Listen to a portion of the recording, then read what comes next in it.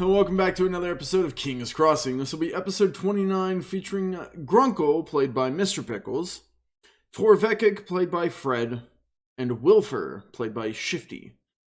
We are diving into this. I am your storyteller, I almost said Mr. Pickles. I'm your storyteller, Wrath. I am currently fighting off a sickness, so I apologize. I won't be 100% in this, but we're still going to have some fun.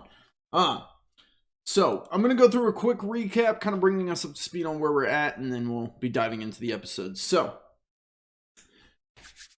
gather round as we embark on another riveting chapter of our unfolding saga so far. Our tale begins with our valiant trio, Grunkle, Torvekek, and the enigmatic? Is that how you say that word?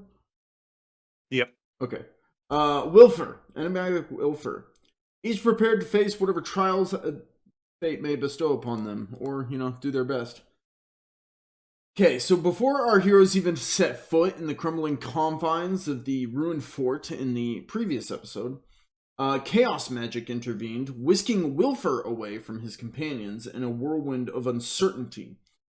With their friend's fate quickly disregarded, Grunkle and Torvekek forged ahead, determined to brave the unknown depths of the ruined fortress. As Torvekek entered after Grunkle, he ventured forth into the labyrinthine corridors of the ancient stronghold alone, save for the imprisoned watchman, Jonathan. And yet, instead of extending a helping hand to the beleaguered prisoner, he subjected poor Jonathan to a barrage of teasing and jests. But even still, Jonathan's cryptic warning, Arlain, rang clear. Undeterred by the message, Torvekek pressed on, his resolve unshaken. Probably. Meanwhile, our intrepid adventurer Grunkle found himself face to face with Gorthek the Unyielding, a fearsome troll lurking within the darkened halls of the fortress. In a battle that tested his mettle and courage, Grunkle faced the creature alone, his bravery unwavering in the face of the danger. It was a pretty even fair fight. However, the tide turned when Torvekek joined the fight, and victory was won through questionable means. And as they departed from the ruins, burdened by the weight of Grunkle's crude claymore claimed in battle, Torvekek fell to the decay of the plague haunting the little town of Arwin's Rest. And that is where we find ourselves now. As the weary adventurers succumb to their slumber, the familiar sights and sounds of Hobbs Lodge greet them once more. Torvekek and Grunkle find themselves sprawled on the main floor of the tavern, the crackling fire casting a warm glow amidst the dimly lit room. Granny Evelyn and Bjorn, ever-present stalwarts of Arwin's Rest, sit nearby with Adarag and Nimwort, their hushed conversation carrying through the air like whispers on the wind. In the night, Grunkle finds himself awake, alongside Adarag. They chat and catch up on each other's journeys, hearing of their gatherings to aid Evelyn and Bjorn, of blights and catacombs and ruined forts and freezing to death. They both fall back asleep shortly after. But amidst the quietude of the early morning, a curious sight awaits our heroes. A small pile of moss lies near Torvekek's head, a token of mysterious origin. As Torvekek stirs, he feels the lingering effects of the plague have receded like mist before the morning sun. The companions gather as Granny Evelyn and Bjorn sit next to the fire, their mugs filled with freshly brewed coffee, courtesy of Bjorn's expert hand. As the rich aroma of brew fills the air, they ask Grunkle to share of his adventure. We heard of Torvekek's when he returned with the Frostfern extract, but they have not heard of Grunkle. So, the bar? What? Sorry, I we're at the bar and Bjorn is talking to me? Or yes. I missed who was talking to me. Oh, yeah. Do you want me to read all of that again? No. I know. I heard everything. I just got confused about who was talking to me. You're perfectly really fine. Hobbs Lodge, main floor, tavern, empty, dark, dismal, but a fire's lit. Granny Evelyn and Bjorn sit there. Okay. And Bjorn will be like, "So, Grunkle, I see you are awake. Were you successful?" Oh, was I ever successful? I killed two giant snakes with my sword. I am sorry we sent you into danger. I have not been in those ruins. Oh, well, no, that's what Grunkle does. Grunkle go into danger. Grunkle, big, strong hero. I've killed 2 snakes, felt pretty good about it, found a serpent leaf, put its essence, which means water, that was on it, yeah. Yeah, Grunkle will give a nod to Bjorn, as if, we're both professionals. And he'll share his barrel with the serpent leaf essence liquid in it. And say, after I got this for you, had a good old exploration of that ruins there. I really wanted to know more about who owns it, but the tapestry was all covered up and I couldn't see, and I don't think I'd recognize humans anyways. I see. I am not from here. I would not know who owns a ruin. Maybe Granny, though. She might be from here. Who owns a ruin? It's like a castle. A castle? Yeah, the one right outside in the hill. Outside Hobbs Lodge. Oh. That old thing. I would say, John. Okay. Just John? Well, he was probably someone from an ancient civilization, from an ancient time. And I don't know about you, honey, but I'm not that old. Oh. Grog will not understand human lifespans very well. Actually, I think they're longer than Grunkle's. Yeah, Grunkle doesn't understand for unspoken reason. He's like, so you went in there, you killed some snakes, good for you. And you found the serpent leaf essence. Yeah, that's what's in this barrel. I did that for you. Nothing else. Oh, well, yeah, I had many more adventures, but, I don't think I have anything else for you. You don't want a big sword, do you? Me? No. Good, because it's mine. Okay. We found a troll in there, but I don't think you need anything from a troll. Bjorn looked at you. A troll. Yeah, he spat on the throne. He talked about he was going to kill people that he thought might be responsible, and decided Groggle responsible for a curse. Me? Do I look like spellcaster or witch? No. I look like ogre. Do you guys take any of the coffee? Did you have them pour you a cup? Oh yeah, Grunkle will take whatever beverage is given. Pour you a cup? What about Torvekek? Oh, I thought I was still in bed with the moss next to my head. Your bed is the floor next to them. Oh, okay. Yeah, we're talking in bed. Okay, I thought I was in another room. Okay. No. Hobbs Lodge main floor, right there. We slept by the fire instead of down the stairs in the lower area where we normally sleep. That's kind of where There's I a thought lot of sick people down there. Yeah, that's my bad. Yeah. I'll take some coffee. Okay. They'll pour you guys both up some cups as you're sitting there talking. Is there anything else from your guys' escapades that you want to share? Oh, yes. Grunkle will excitedly remember. Grunkle saw magical text glowing on bricks, and if you have pencil and paper, Grunkle can write it down, because Grunkle have a memory like a critical. Like what? I rolled a critical on literacy, I think, or something, or perception. Awareness, I think it was. There are, like, colored pencils or crayons and papers that seem to have drawings on them on the table. Yeah, can I replicate using my exacting memory of that surprising instance? The glowing lights that led me to the conclusion of finding out that the serpent leaf essence was the essence of the serpent leaf. Absolutely, because it was burned into your mind. The script that lit itself up on the wall once you were You did something. What was it? Can't remember what it was. Oh, I think you ate the leaf, didn't you? Oh yeah, I ate a few leaves. Yeah, you ate the leaf with the dew Uncle on always it, eat a few leaves.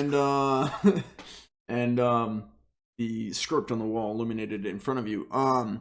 So you scratch down that script, and as you do, you slide it over to Grunkle and Bjorn, or Grunkle and Bjorn, Bjorn and Granny Evelyn, and they both look kind of unaffected on But it's at this moment you hear script on a wall in a ruin. Can I see that? Whoever's making that It's noise, the voice sure. from on high. I won't make a roll awareness or anything because they're making themselves visible, but basically as a small rodent-sized little cat thing, I'm going to show you this image. The little one down below Okay. climbs up onto the table. Can I see that? Maybe Grunkle should stop eating some of the leaf every time. Yes, kitty cat. Grunkle's gonna like do a pensive eye towards everybody else in the group. Of course you can read this. They seem completely unfazed by this. But yes, there is a tiny little talking kitty cat on your table. What is his name, kitty cat? Kitty cat. I am Valerice. I am caretaker of the antiquarian. It is a pleasure to meet you. And the kitty cat will do a cute little bow. Torvekek's kind of gonna choose this moment since they're fawning over Sheep's the paper. eggs.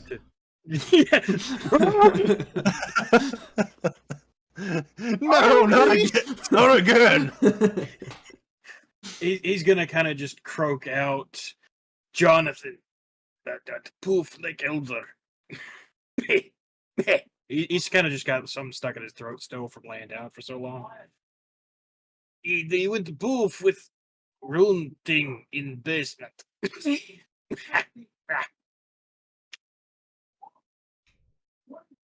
I will allow you to react to that. Have you handed the paper to Valerice? Is that a question for Yes, me? you Having have the yes, paper. I handed my paper to Valerie's, of course. Valerice is peering over the paper. Do you have any reaction to your comrade awaking from his sleep on the floor?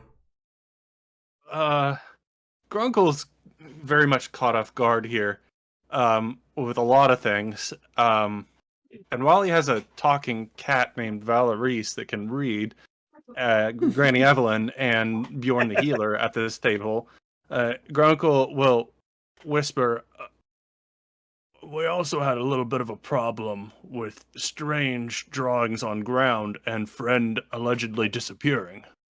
Well, friend did disappear, but Torvey is the one who saw it. I tried to figure out why he was in cage. I didn't know if that was where they kept prisoners or what. He said that the elder put him there for sacrifice. So when I tried to find a way to open cage, runes on ground glowed and he would poof. Grunkle was talking about Wylfer. No, this is the other guy. But Wylfer did disappear, and Wylfer is Jonathan's also friend, I guess. They saw him disappear. They didn't see this guy disappear. They saw Wylfer go poof. They didn't see this guy go poof.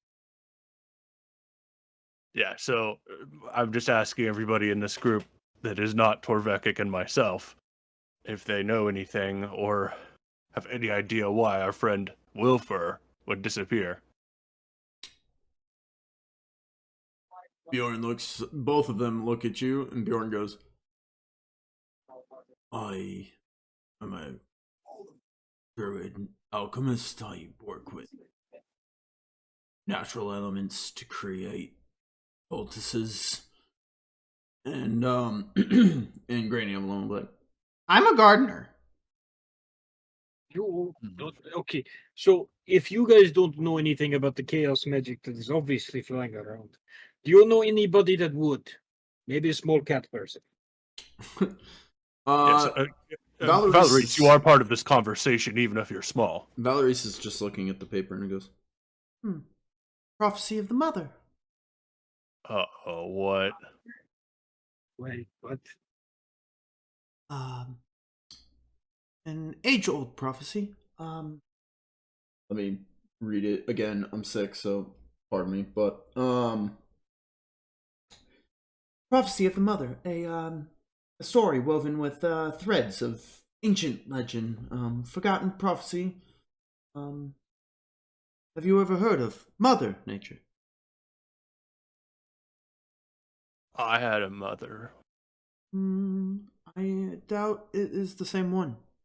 Yeah, me too. This is of a prophecy whispered through the ages of a mother's anguish that transformed her into an avatar of nature's wrath. Forsaken, fueled by an unyielding thirst for revenge, she becomes one with the elements, wielding their fury as her weapon. Her tale serves as a cautionary reminder of the consequences of your actions and the unstoppable force of... Oh, okay. Sorry. No, Grunkle want to know how story end, because good story end with hero saving day.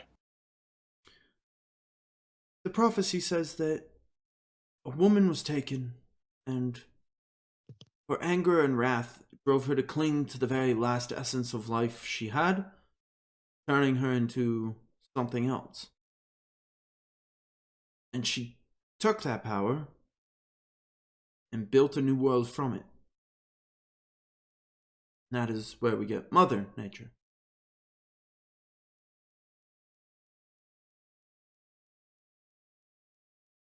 So if that was happening right now in the woods with twig blights that aren't happening, Grunkle not want to make panic.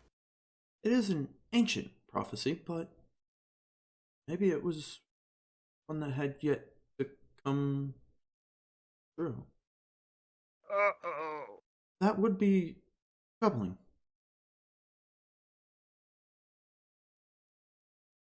Do we know of a mother that was taken?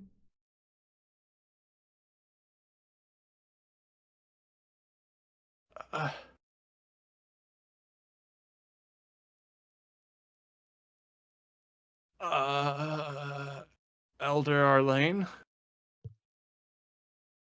I don't believe he had any children. None that I'm aware of. Neutral name.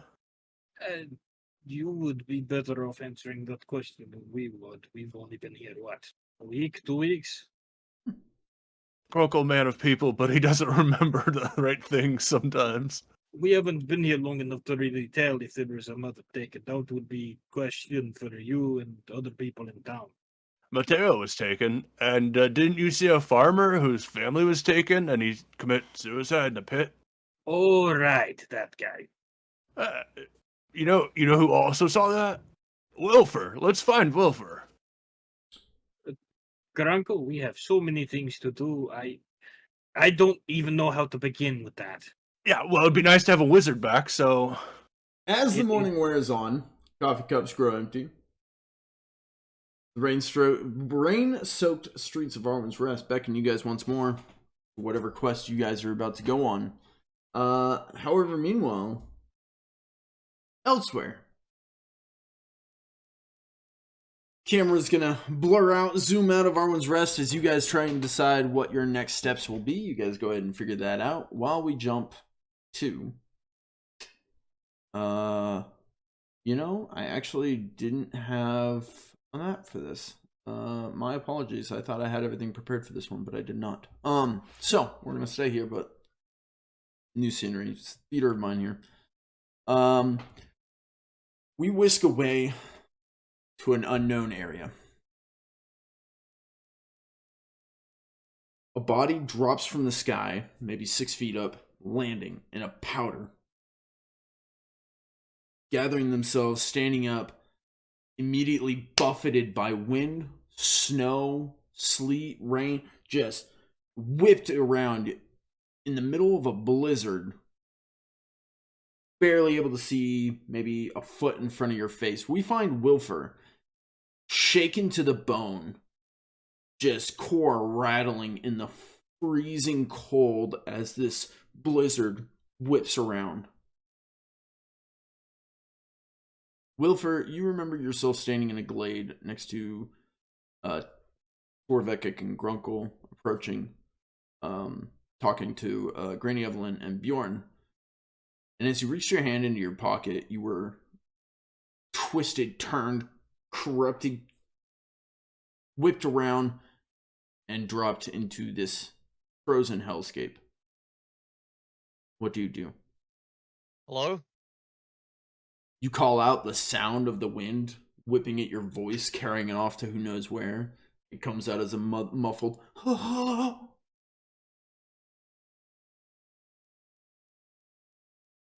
I would go out of my way to figure out where I am, but looking down and around, I assume it's pretty much just a mess if I look around. Basically, it's just a white tornado whipping around you. You hear, carried on the wind as an echo, "You fool! Fool! Fool! What are you doing?" Trying to help people. Stop interfering! You're not supposed to be here. Well, yeah, I assumed I wasn't supposed to be here. How did you Where do is that?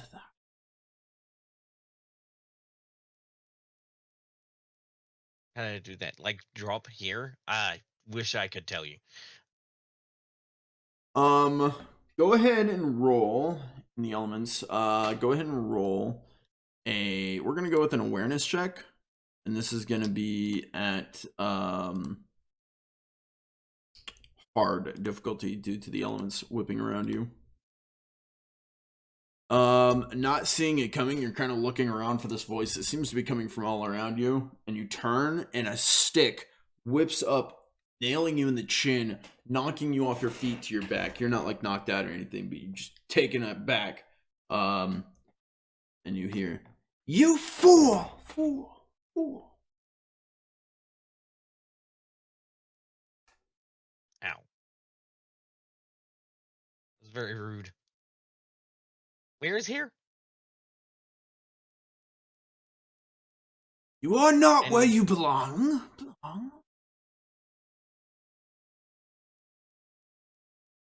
I did not summon you. But maybe you will do.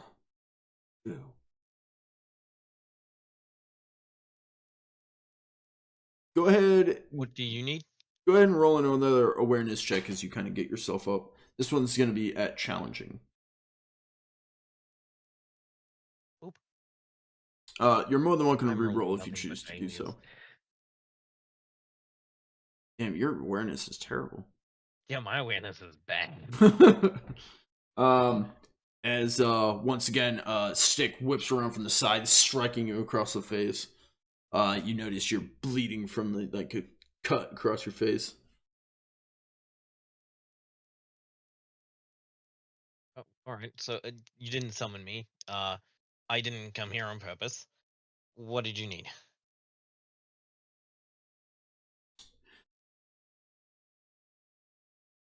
And stop whipping me with these sticks. It hurts. You will be the conduit to finish what I started.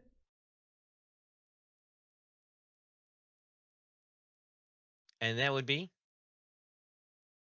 Go ahead and roll an awareness. It challenging again. I missed. Ooh. Okay. You step back as a stick, once again, you catch a glimpse. It looks like a staff. Whips past your face. Still a lively one, huh? Give it time. This land will break you down. I would like to. Do I still have my equipment on me? You do.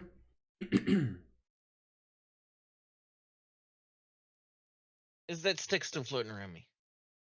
No. Can I equip my bullwhip?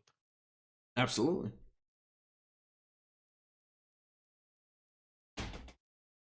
You are being absolutely buffeted by the snowstorm, the blizzard. I'm going to need you to roll a resolve.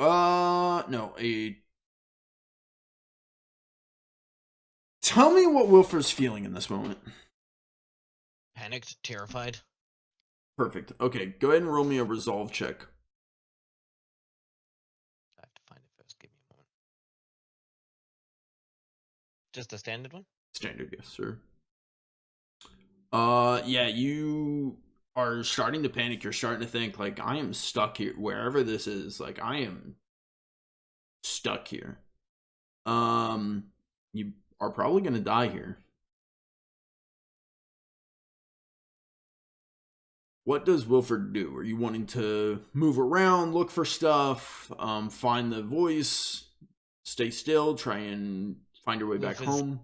Getting ready to make an attempt at grabbing the stick with his bullwhip. Some time has passed. You're back. not sure how much time. Some time has passed. As you're sitting here kind of getting buffeted by the snow, the voice hasn't spoken. The staff hasn't struck. The last thing that was said was that you're still lively. Give it time, the element will break you down. And it's cold wind? Oh, yeah. I'd like to... I need to unequip my bullwhip. I'll grab my bow, because it's my spell focus. And I would like to do candlelight. Okay. Go ahead and, I should have these up right here. Go ahead and this one. Roll for me. Can you put candlelight in the chat? Can I see that? It's how? petty magic, right? How do I put it in the chat? I'll look. Hang on. Wylfer's magic, candlelight. Candlelight is it's generalist. I think all my spells are generalist. Yeah. Yep, they're all generalist spells. Okay. Sick. Okay, go ahead and are you wanting to channel any power into this? Channeling, remember, it gives you, it's like aiming with a weapon. It gives you that plus 10%. Nah, because I'm just really just trying to produce some sort of heat. Okay, and if you fail, you won't be able to. Channeling would make it a higher chance of success. Well, no, fire suddenly engulfs my arm, so therefore I wouldn't fail doing what I'm trying to do. I would just be on fire. Fair. Okay. You're gonna roll incantation. But it's gonna be at, due to the elements, it's gonna be at a standard roll. Alright. Okay. You have it. God, where did I put it? I closed it. Here it is. Okay. With the snap of your fingers, you can ignite a candle, torch, or other tiny object that's flammable. What are you trying to ignite? The torch that's in my backpack. Okay. While it's still in your backpack? No, I'm filling it out. Okay. I have to hold my bow to cast the magic. Alright, My so you're bow holding is your my bow, spell you're holding focus. your torch. You snap your finger and Well, no, okay. I'm holding my bow. I snap my finger. I put my bow back, and I grab my torch out. oh yeah, I'll allow it. So you grab your torch, it instantly lights back up. Surprisingly, unsurprisingly, the flame is being whipped around by the snow. It might not last long. Fine. What would you like to do? I'm gonna take a step forward while being buffeted. I'm just gonna swing to see if I can break whatever's happening at the moment. You swing. It seems like you're in a snowy place. Oh, cool. Oh, call out again.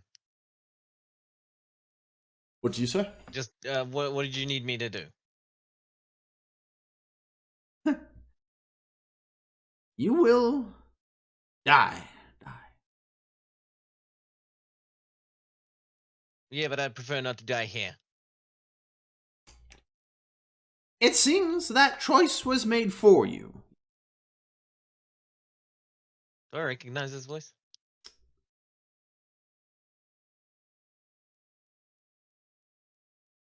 Possibly.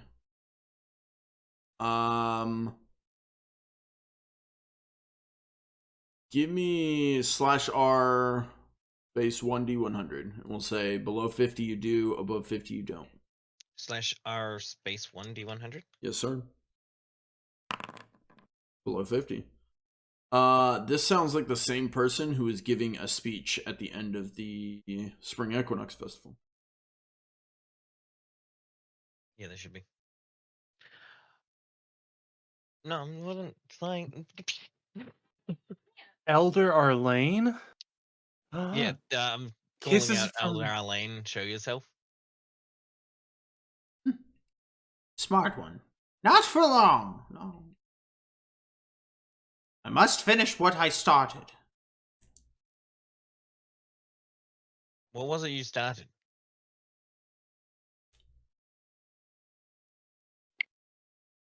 This. And as this carries on the wind, 2 spotlights in the sky turn on, beaming light down on you. And as you stand there amidst this blizzard, your torch ignites, erupting in flame all across, down your arm, across your body, until your whole body is engulfed. And you feel yourself pulled away and thrown off a mountain. Well, fun. With that, we're going to jump back over to Grunkle and Torvekek. What have you guys decided to go off and do? I think Grunkle was probably telling Torvekek about the 4 ingredients and how we've gotten all 4 ingredients to Elder Arlain, Granny Evelyn, and to Bjorn the healer. So now it's on to figure out what happened to Elder Arlain. Elder Arlain, the house on the hill, the little ones, they said they couldn't get into the house. So I figure maybe we can find out something there. That can help find more about Wylfer's disappearance, Elder Arlain's disappearance, and if what you said was true, Jonathan's disappearance. So are you not believing me, or are you just being questioning? Question. Refill my drink bottle. Yes, he said his name was Jonathan. I think it's the same guy that was behind Raccoon Head thing. Raccoon Hat, that's the word. Speaking of which, we probably need to go talk to him before we go breaking into people's houses, yes? Hunt Captain Kyler? Yes. I suppose so. Is he one of the sick right now? I don't know. Maybe we should ask Bjorn, even though we just left the building, didn't we? Stick your head. Torvekek sticks his head back in. As you guys were leaving Hobbs Lodge, you'll see Granny Evelyn was kind of just sitting by the fire. maybe chit-chatting with Valerie's. Bjorn seemed to be getting back to work on something with his alchemist set, his mortar and pestles.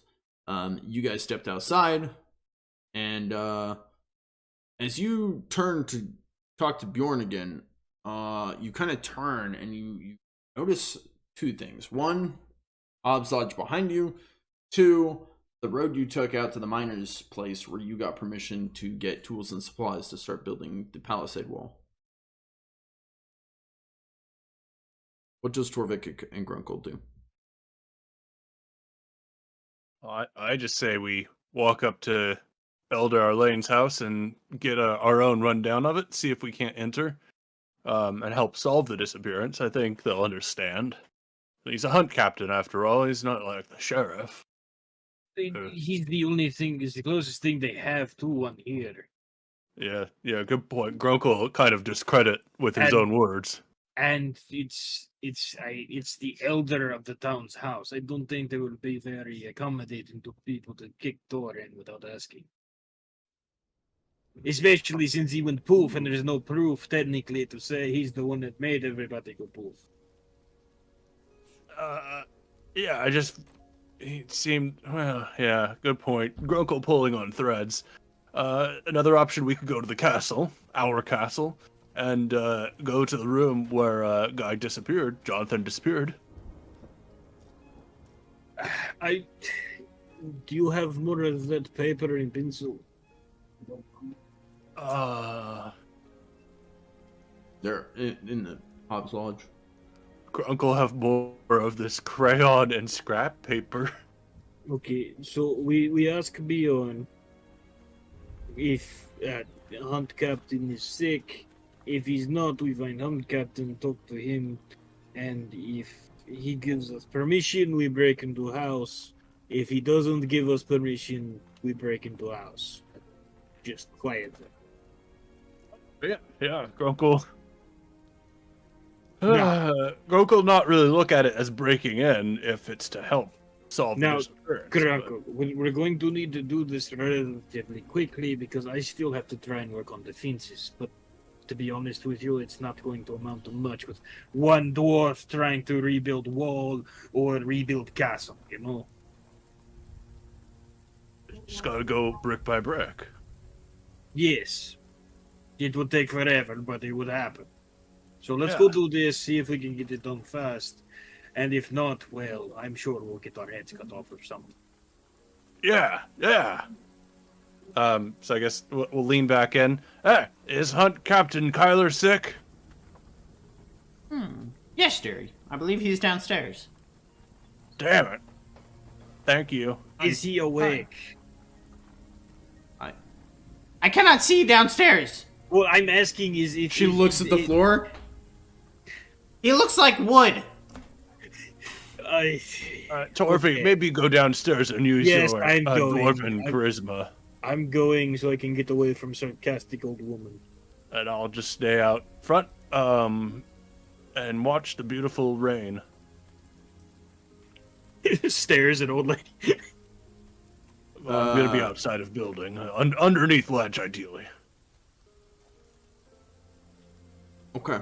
So your guys' plan is to go investigate Elder Arlain's house? Yeah, I'm sending Torvik downstairs to get permission for the disappearances. The plan is to try and get Wylfer back, assuming he doesn't fix that himself. Well, yeah, the meta goal is always to get our lost comrade back when it's clear that they can be an active player in the group. Especially since multiple people have poofed, and the wheels in my head have turned, and maybe people going poof because of chaos magic might have something to do with the sickness. I don't know. And mass plague was our primary goal. We solved the plague. Now we can start looking for the individual disappearances. So that is the goal now, is trying to find anything that would point us in a direction that says, oh, well, yeah, that's the old hag witch's spell from northwest. You know, I'd like to point out that neither of them said anything about this fixing the sickness. Well, I'm just a kid. Life's a I'm nightmare. just pointing it out that neither of them said anything about the ingredients they needing is gonna fix the sickness. Well, Torvi, didn't you say you woke up next to a piece of moss and you're feeling a little bit better?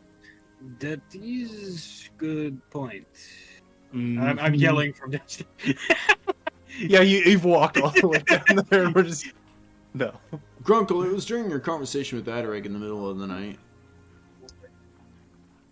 relating back to the under the table, where you learned that Nimwort had found a secret passage down into some hidden catacombs beneath the town, where he had found Liliana's blood splattered across her clothes, strewn across the room, and some moonlit moss down there. Grunkle on the ledge, his eyes will just suddenly widen and he'll clench aggressively, just like, uh-oh. Sometimes as a DM, you just have to say things. Grunk will have memory problems.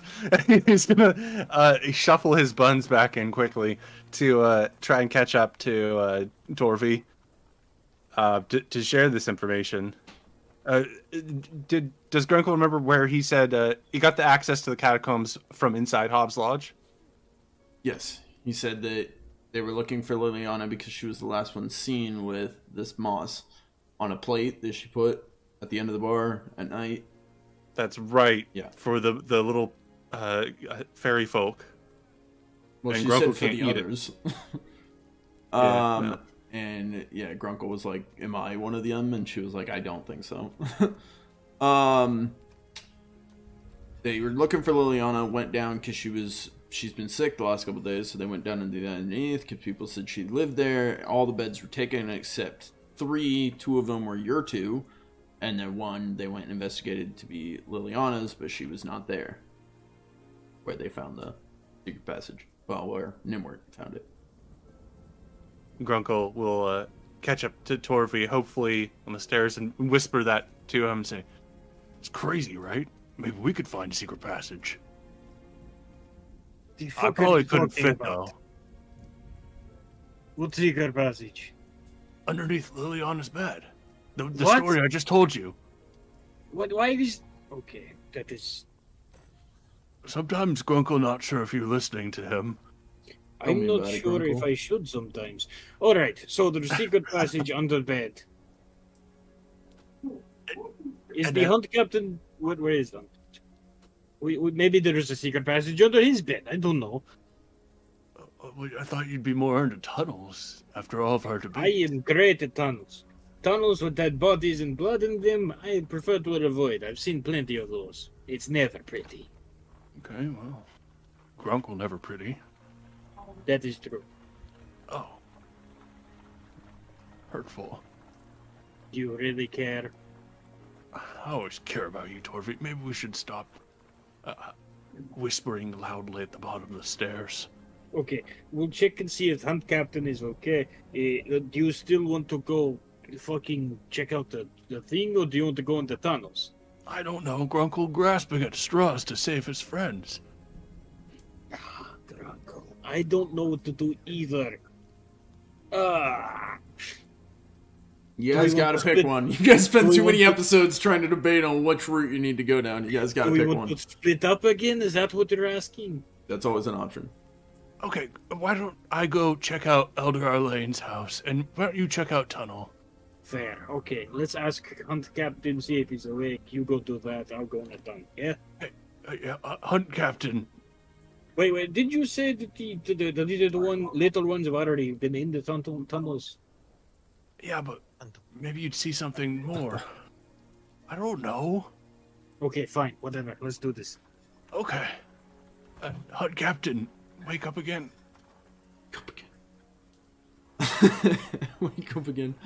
As Grunkle gets to the bottom of this little staircase, or is already there, is looking around, you see a room just full of sick people. Completely pale, blood bleeding out their nose, eyes bloodshot, just gasping for breath. Okay, Okay, Grunkle not leaving this room. Echoing across as they all lay on cots. Some of them have rolled off their cots. The mud on the floor is coming up to about your knees. It's just at the base layer of the cots. They are just laying on top of this mud and gunk. You can see, looking around, people have been puking and shitting and pissing, and it's just running off their beds into the muck. This is not a good place for you two to be. I'm gonna need both of you to roll a resolve check. Grunkle, feeling bad vibes.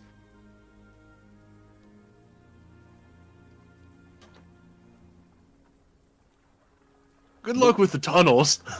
I believe for the first time, Grunkle doesn't feel good. You actually start to feel a cough in your throat and like a tickle, and as you kind of gasp for breath down here. It's putrid. It stinks. Torvekek, you have no change. You felt the receding of your symptoms, but they are still there. But they have receded. It almost feels like you were almost given medicine, and it's like knocked them back, but they're still there. All right, fuck it, whatever. If they're all like this, we're not going to get answers. You go do the thing, I'll find the tunnel. Do you know which bed it was? Grunkle from the top of the stairs, because he's been slowly inching away. Just leaving. Yeah, he's over there. Like, Grunkle's just pointing his hand in, not even looking. You just see an ogre hand pointing in. Is it that one right there with the hat? I love that he's looking. I think he's looking for the door, and you're like, he's right there. The empty bed, Liliana, is one of the ones. It's not the one that Grunkle would have. There's a lot of empty beds for people falling off them, you know? I'm gonna try and That's pick gross. up people that are falling off and put them back on their cots. I was like, damn it, ask people them- are falling off their beds. Yeah, they're gonna be laying on That's the Well, not good. you said they were off their beds, didn't you? I did. Okay. Well, and if people are shitting everywhere, then that's gross. Yeah, I'm And, gonna- That mud is as- like multi-textured. As Torvekek moves about the downstairs of Hobbs Lodge, and Grunkle quickly scurries out of there, and Wylfer finds himself awaking in another new location. We're going to take a real quick 5-minute break. We'll see you real soon. Okay, so we rejoin real quick. I want to know, where's Torvekek going? What's his plan? He's trying to find the tunnel. Okay, so he's trying to find the tunnel beneath Hobbs Lodge in the common space sleeping area. After tossing everybody back in their bunks. Right. Grunkle has scurried back up the ladder. I love the image of Grunkle scurrying. Where is Grunkle off Sorry, I to? just thought that the Torvekek just like, you in there, and you in there. He really is just moving through this like putrid mess. Just.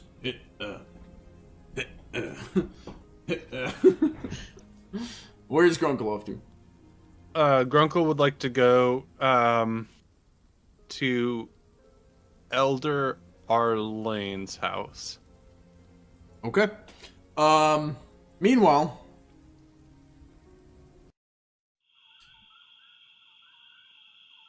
Out in the swamps.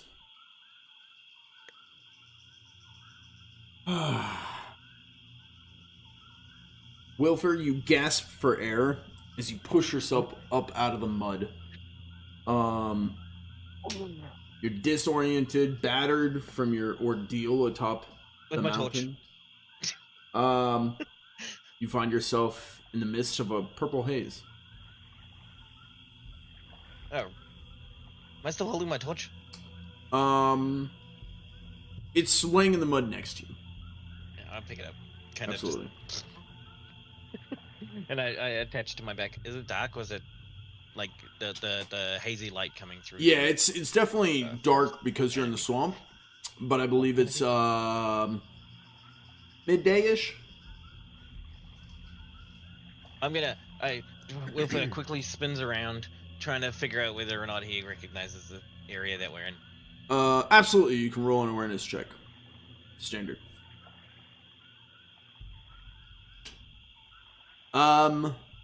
You do. You've actually been to this area before. How recently? Not recently. it looks like a battle took place here. There are scorch marks on the ground. There are burn marks and slashes in the trees around you. It's kind of a cleared area that looks like a battle took place right here. And you realize this is where you, Grunkle, Torvekek last saw Mateo. Where you saw the blight coming at you. And it's at this point you see two figures stand up in the middle of this clearing. One of them immediately shuffles off into the woods. Click-clacking, twigs snapping as a twig blight runs off into the trees. The other figure turns to you. And you see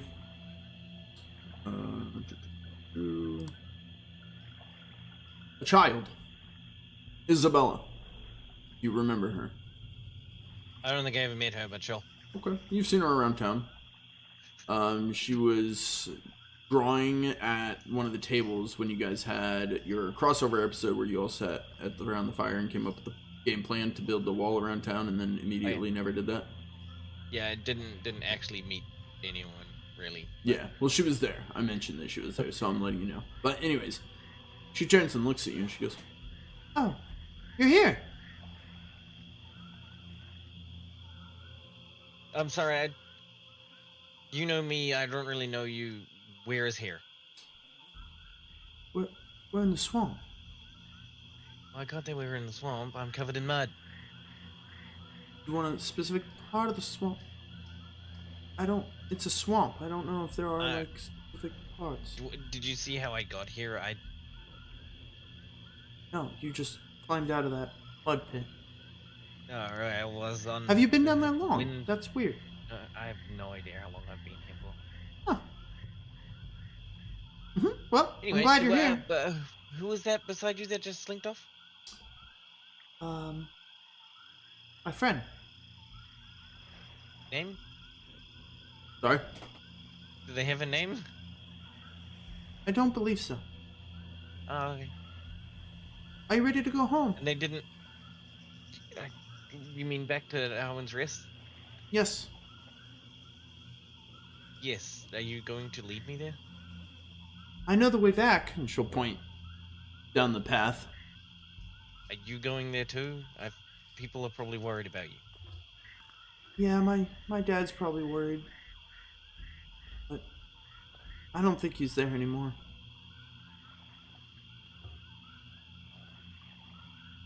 How about you lead the way and I will make sure nothing attacks us.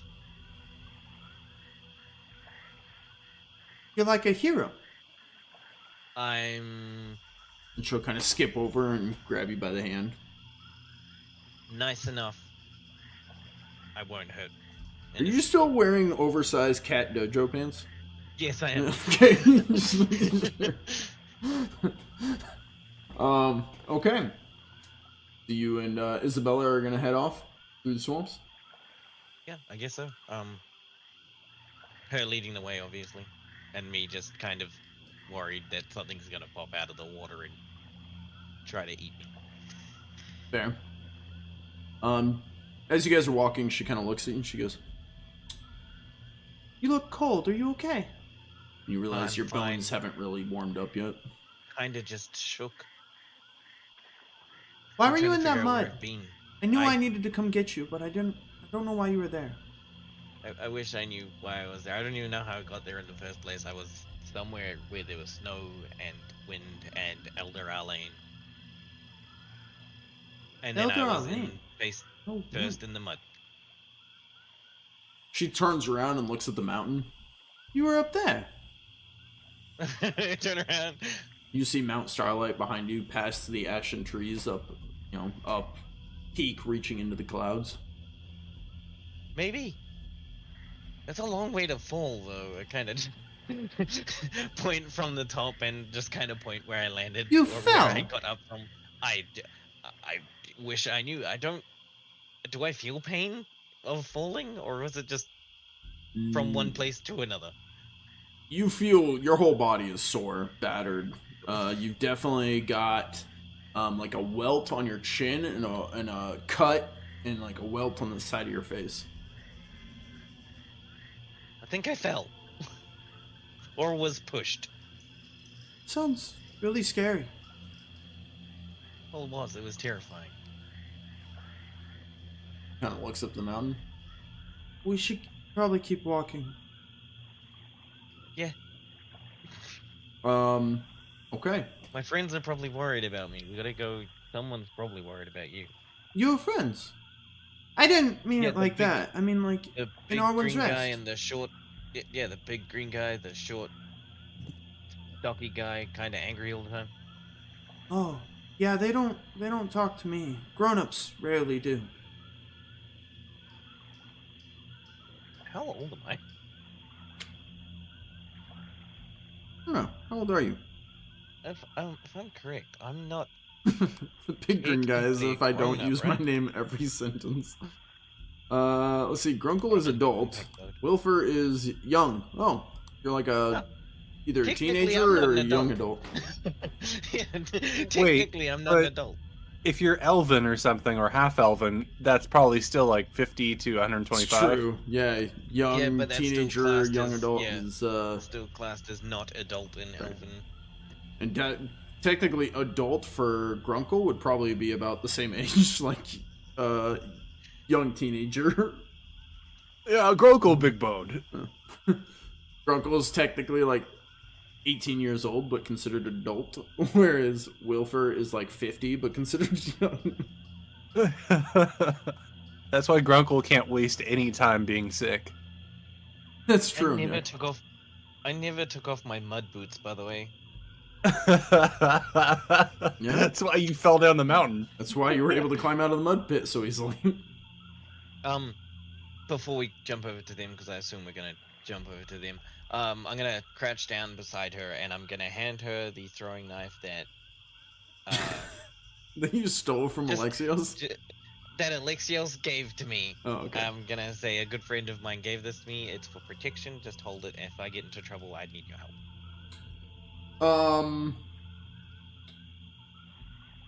She'll take it and kind of grasp it and smile and kind of holding it like by the hilt close to her chest and kind of walks. And yeah, but I do need it back when we get back to Arwin's Rest. I don't want people thinking I'm irresponsible. Okay. All right, let's go. You guys head off into the swamp, heading west towards Arwin's Rest. Meanwhile, excuse me, let's cut to, we're gonna cut back to Torvekek. Torvekek's travel time is shorter than mine. Yeah. Alright, so back to Torvekek, you're beneath Hobbs Lodge. Here you go. And you move along, and by the time you kind of put people back on their beds, you see that there are there are technically 3 beds empty, except 2 of them are like flipped over, and then 1 is back tucked up against one of the back corners. Are they all in the same general area, or? 2 are in the middle of the room, 1 is in the back corner. All right, I'm assuming I'm probably near the middle of the room, so I'll check it first.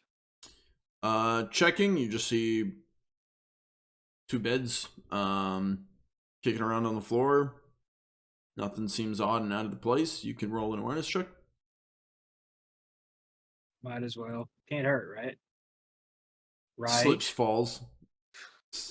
Stuck in mud pit in sludge. Yeah, stomping around, you don't feel anything weird. You just see 2 beds that have been shifted.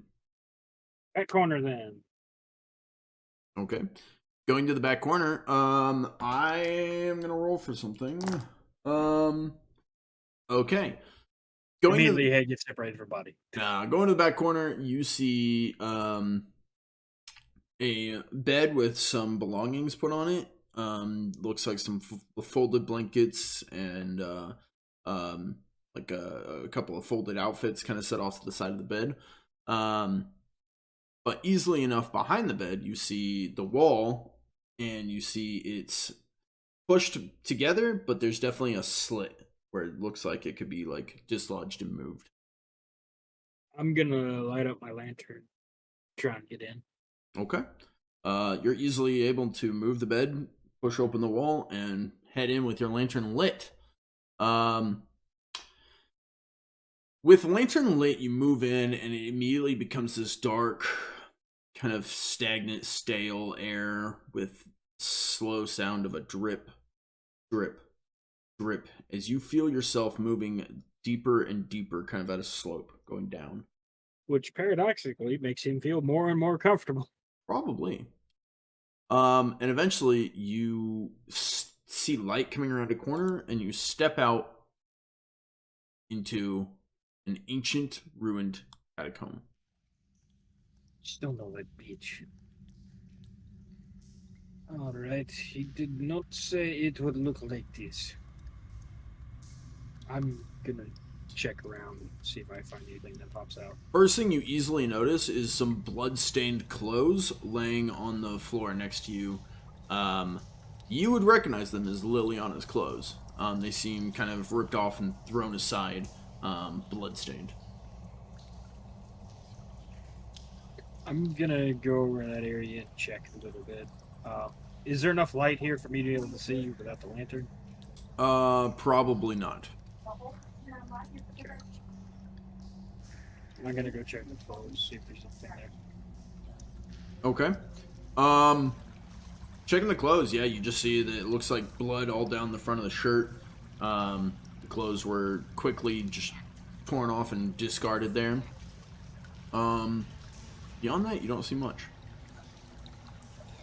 You can roll an awareness to find anything else. Yeah. Let's do that. If you want to further investigate.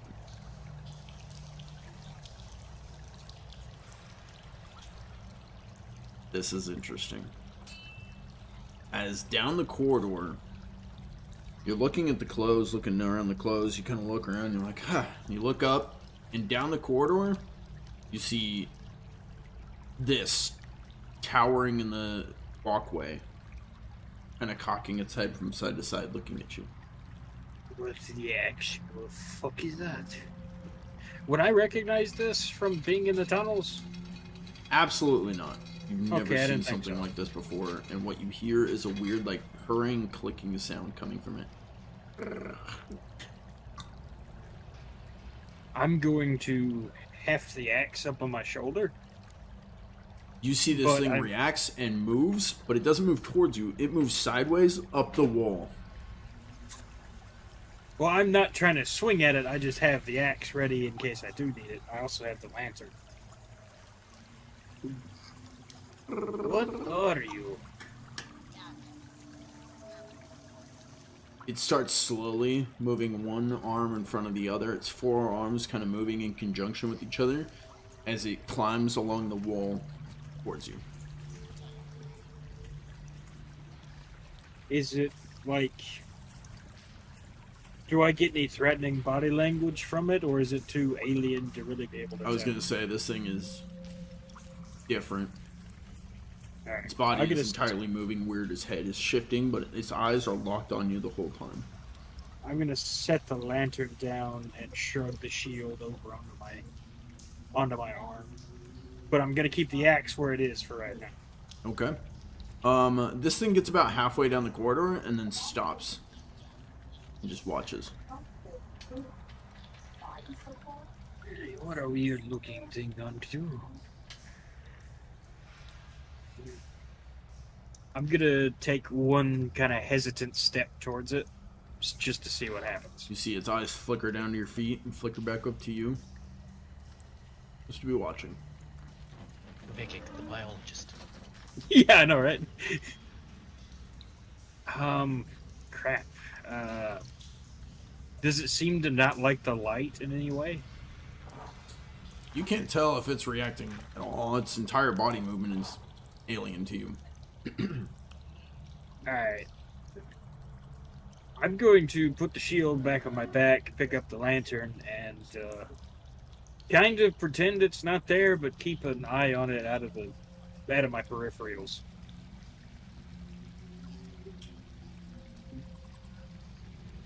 Okay. Roll an awareness at challenging difficulty. Oh, great.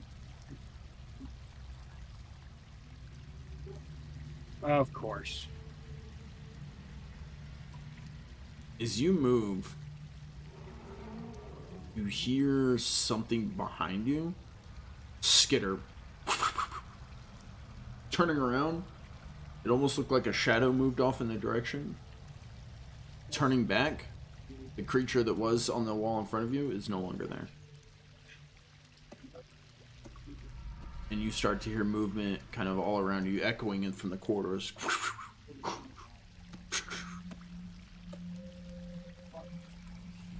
Like moving towards me? No, you don't see anything moving around towards you. Just echoing I don't from care the if I can multiple see doorways and I'm stuff. listening for it. Right, yeah. You don't hear... You hear just movement from the doorway, like echoing from different corridors and stuff. The only other thing you hear is a blood-curdling female scream from deep within. Oh, fuck Echo it. out. Can I tell which corridor it came from? Absolutely not. Great. Seems to be Wonderful. echoing from any of them. Perfect. Wonderful. I guess I gotta go down the corridor that the monster thing was at. It was in the main corridor with you. There's a bunch of offshoots. Oh, I thought it was on one of the corridors in the big room I was in. So imagine this room right here, like if this was a corridor and this was a corridor and this was a corridor, think like there's multiple of those going down. It was in the same corridor as you, the big overarching corridor. There's multiple doorways leading down different. Oh God, labyrinthine. Well, it's a good thing I'm a Because- fucking dwarf then, huh? How Yeah. the fuck is Arwin's wrist not just kind of gone? Yeah, this is what Because I've been we're saying sitting since on a couple- labyrinth. This is what I've been saying since a couple sessions ago. All these problems would be fixed if we just fucking left. Oh, well, no, we're not sinking in fully because we're situated on a labyrinthine. No, that's And we have probably a making it castle worse. here. It's probably making it worse. To be Oh, completely that's honest. going to be awesome once we conquer it all. Oh my gosh, Grunkle's not even here.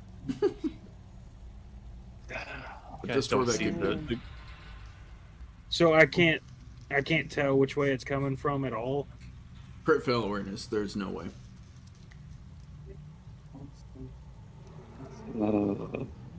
I really hate this game sometimes. Well, I don't hate the game. I hate the RNG. That's more. That makes more sense. I appreciate that correction. Yeah, that was a nicer correction. Like it went from "fuck you, Wrath" to No, I "fuck was, you, at first Zweihander." I didn't even think of that. I was thinking Zweihander. You're like, oh man, fuck, Zweihander. And then I thought about it. I was like, oh no, I can see how that could be taken mean. Like I didn't take it mean, so that's cool. But, No, it's just more fuck this RNG. fuck that Uh, dice rolls. Yeah, I get that. Well, you want me to hurry up and make weird decisions, so let's just go straight, I guess. Okay. Torvekek chooses to head down into the catacombs, moving through the corridors. Definitely not going to get me killed. Meanwhile, Of course not. Grunkle exits Hobbs Lodge and heads north along the trails. I need an awareness check from Grunkle. Just squishing along in the mud, having a nice day, not suffering in the stink pit anymore. Awareness check. I succeed. As you're 29 out of walking my along- beautiful 45. Sorry. As you're walking along, you're stepping through the mud, stepping on twigs and sticks snap underneath you, and pushing through the debris. You see Elder Arlain's house up on the hill at the north side of town, and you're kind of moving towards it. And as you do, I'm actually going to throw you onto the map here. Grab a Grunkle. Grunkle, you're at Hobbs Lodge. Which route are you taking? Elder Arlain's house being here. Yeah, I mean, I'd go towards here. Okay. And then go upwards. Perfect. The least amount of turns, really. As you go to about here, at this corridor, this crossing, this T junction, you see out of the mist and fog a ghost-like visage standing there watching you. A humanoid, a weapon on its back, stood 2 feet in the mud, staring at you. Oh, well, then I'll wave. Of course. This thing shifts off to the side, like doesn't walk but phases off to the side. All right. Well, then I'll walk down to where it was over here, and You like see it kind again of at start this- rounding the corner. Yeah, you see it again at this, watching you. Like right there. I'll wave again. Nothing happens. Okay, then I'll approach it. It faces away north. And Grunkle's probably like about like right here when he's like, "Oh, my name's Grunk." Oh. And yeah, Grunkle will keep following down this path, not diagonal like that, but he'll Mhm. do normal walking. You don't see it, but you see the road up to Elder Arlain's house. Huh. Well, ghosts are shy sometimes, I guess. Grunkle, nobody's ever told you that. Grunkle will walk up the steps as he grumbles to himself. Okay. You head up, you see Elder Arlain's house in front of you, you see the gate left open at the front.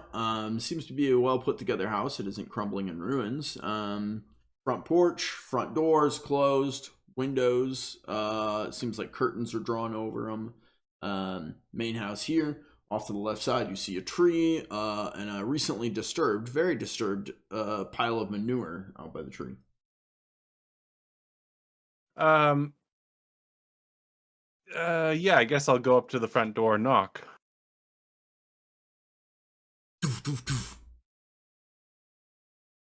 No response. I try the front doorknob. Locked.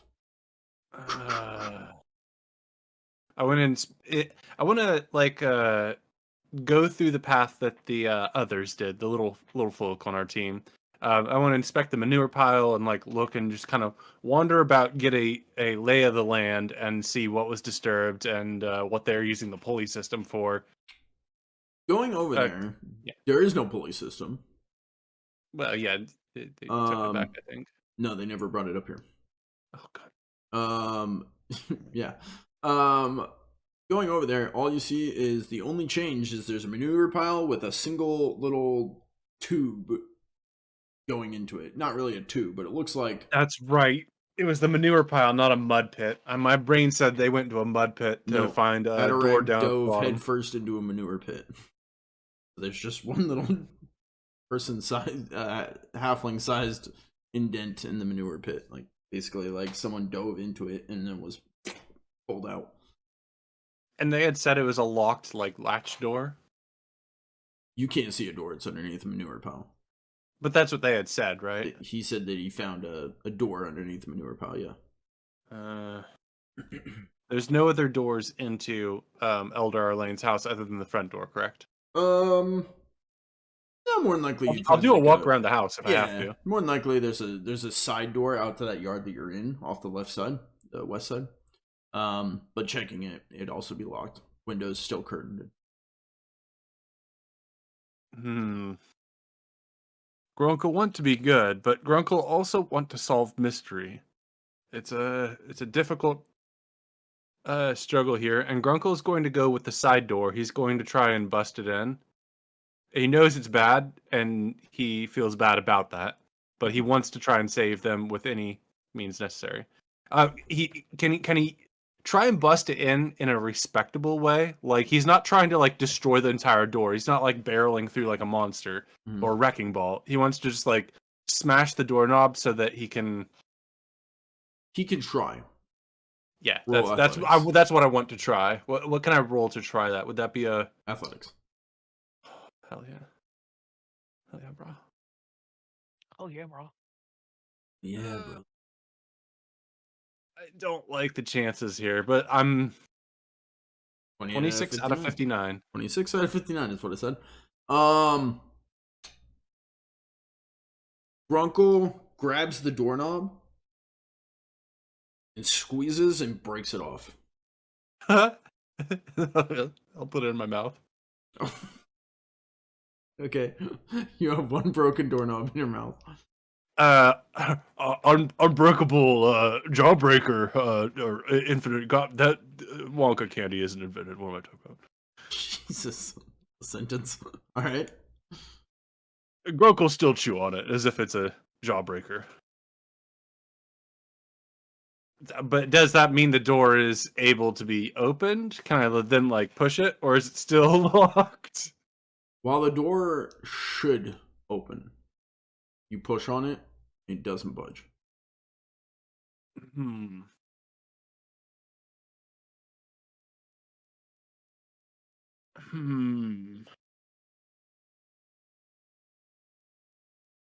Okay. In that case, Grunkle will.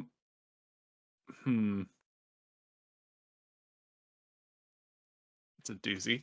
Okay, well, yeah. So Grunkle's gonna go over to the manure pit, and I guess he'll start digging a hole so that he can try and find this this latched door. Perfect. Yeah. Perfect. Perfect. Go ahead and give me a resolve check at challenging difficulty, if you will. And then I'm gonna give that to you. That shouldn't be too hard. Okay, 29 perfect. out of 32.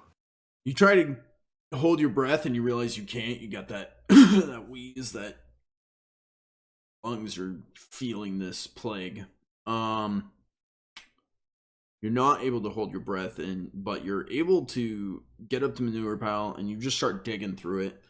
And nothing really holds you back. You're able to kind of shovel this manure pile out of the way, and you start to easily see a basically wooden cellar door built into the ground here. Have I dug a path in a way where I can come back and it will be clear for me? What do you mean by that? So, like, I'd like for it to be where I've dug so much out that if I came back, I could walk in without getting manure on me. Oh, yeah. Okay, then in that case, Grunkle is not a good ogre berserker, so he's going to go to the baths at this point. He's going to go wash all the manure off of him that he's probably got on him from this, and then he wants to return to this job. Grunkle's like, now that the path is clear. Oh, no, hang on. Grunkle may be ogre, he may be berserker, but Grunkle know how to deal with pandemic. So Grunkle's going to go wash his hands and body and clean off all the manure and try and get himself clean so that he can come back and be a reasonable hero knight. And he knows where the place where the people are pooping, like the mayor and that one kid. Mm-hmm. But Grunkle will go into the water, not the poop log. Okay. Well, yeah, that would make sense. Poop log. Grunkle heads off to the, It'll take up some time, yes, but Grunkle not going to die from plague. Grunkle heads off to the bathing spot. Meanwhile, let's jump back over and check in on, Wylfer.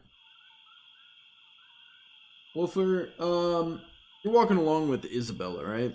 And you guys are moving through the swamp. As you guys move along, Isabella is gonna look up to you and she'll be like, I made something for you. We've not been walking for very long. How? No, I made it while I was waiting for you. Here. And she turns and pulls out a piece of paper, just stabs you in the side with the dagger. Sorry. She turns and pulls out the a parchment paper. It's kind of rolled up, and she goes, I hope you like it. I'm gonna. I crouch down again because slightly taller than her, obviously. Yeah. But I kind of cup her hands around it and roll it back up in her hands, and I tell her to just hold on to this until we get back to town, and then you can give it to me back when we get back to Arwen's Rest. I hadn't seen that. Interesting. Okay. She takes it and puts it back in her little pouch.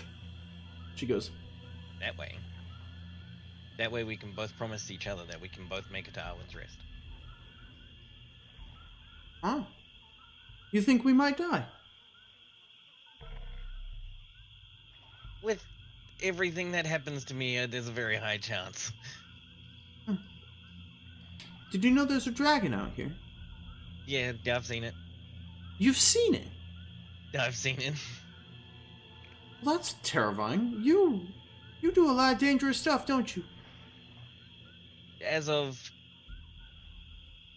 about 2 weeks ago, yes. Oh. Are you brave? Or are you stupid? Honestly, probably the second one. She kind of thinks and then keeps walking, and she goes, "I might need to protect you out here." She kind of grips her dagger. That's why I gave you the knife. Okay. How are you wanting to do this? Are you wanting to get back to town as soon as possible? Are you wanting to be as quiet as possible? Or are you wanting to converse or talk about anything as you walk?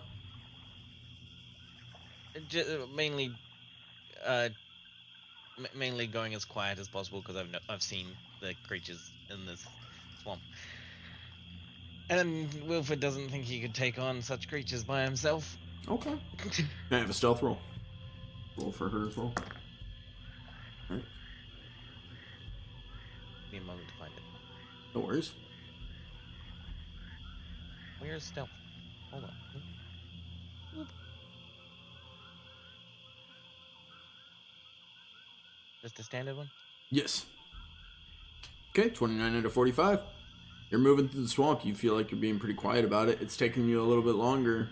You can see the day's starting to go. But, you're moving along.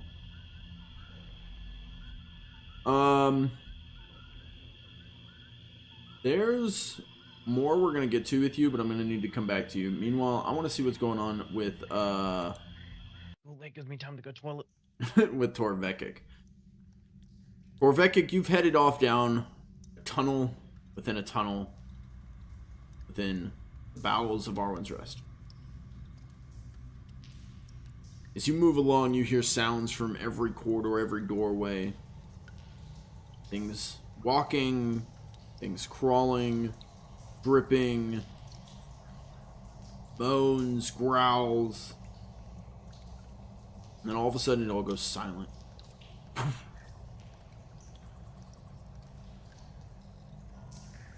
What do you do? I hate it when this happens. I'm gonna turn around and hold up the lantern, see if there's something behind me. Turning around, holding up the lantern, you see multiple figures filling up the tunnel behind you, all watching. Are you going to come get me, or are we going to watch all day, huh?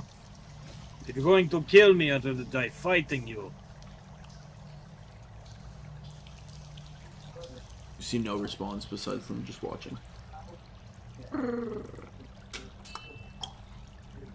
Do I hear anything behind me?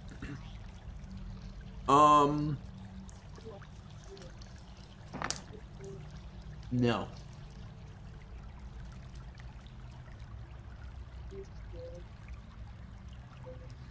Since they obviously know I'm here and are still following me, I'm going to yell down the corridor. Lay down, you hear?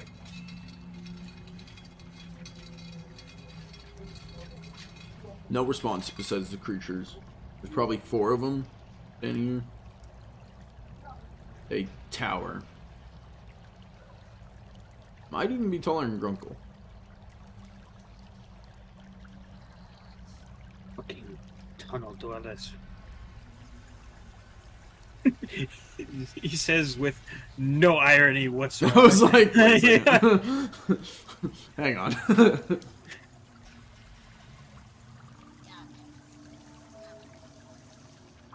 If I start walking towards them, what do they do? You start walking towards them. 2 of them will move up onto the walls. I mean, they're fast too. Right. And the other 2 will get down on all 6, bring their forearms down, and turn and run off down the path.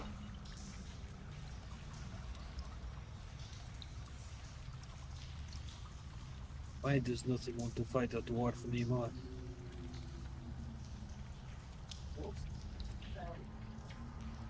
I'm gonna turn around and go back the way I was going before. Okay. Listening behind me.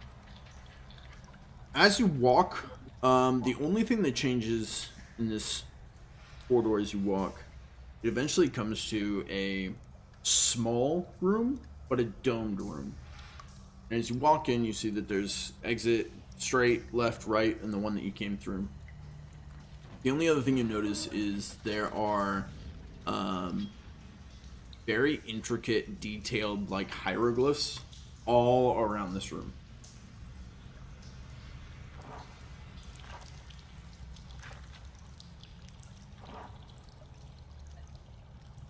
Is there any sign of any blood or anything? No. Can I go back down the way I came, back to the big room, and see if there's a blood trail leading somewhere?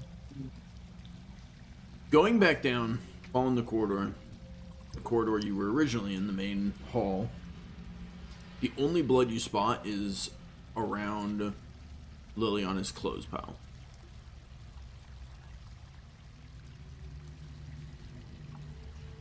And actually, can I get... let me ask you this. I'll ask you the same thing I asked Wylfer. Are you moving fast? Are you moving quietly? Are you doing anything along the walk? I'm being relatively quiet, not to not attract undue attention, but they obviously know I'm here because they're watching me. Okay. But I'm also keeping an eye out to see if there's any marks on the walls or the floors or anything like that that would be immediately noticeable. So that's another reason I'm going relatively slow, is so I can keep an eye out and see if there's anything pops out for me. Okay. Moving around, trying to follow a blood trail, trying to find a blood trail, you find the blood around Liliana's clothes. And you see what looks to be some strange, tiny little budding weeds growing around her clothes. They Torvekek's gonna pause for a shimmer second. almost with a red tint. Torvekek's gonna pause for a second, like, that's familiar. He looks at the ground right next to it, which I'm assuming is stone. Right? Or is it dirt? It's a mix. I just need to confirm. What does Torvekek do? He stops. He's Okay. not moving. He's thinking in his head that this looks familiar. Okay.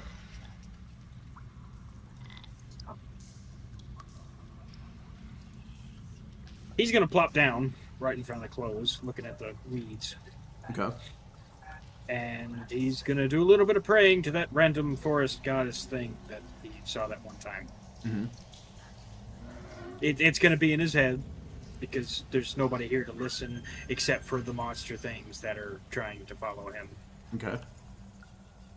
What does he think in this prayer? Goddess that is here, that is been in these woods, in these wilds. Help me find the people that need to be found. Help me save this place from whatever is affecting it. Help me help you bring this place back to balance how it should be, how it needs to be. Whether that leads to my death or not, as you, I think, said, so be it. A dwarf dies at some point, but the dwarf must die doing something good.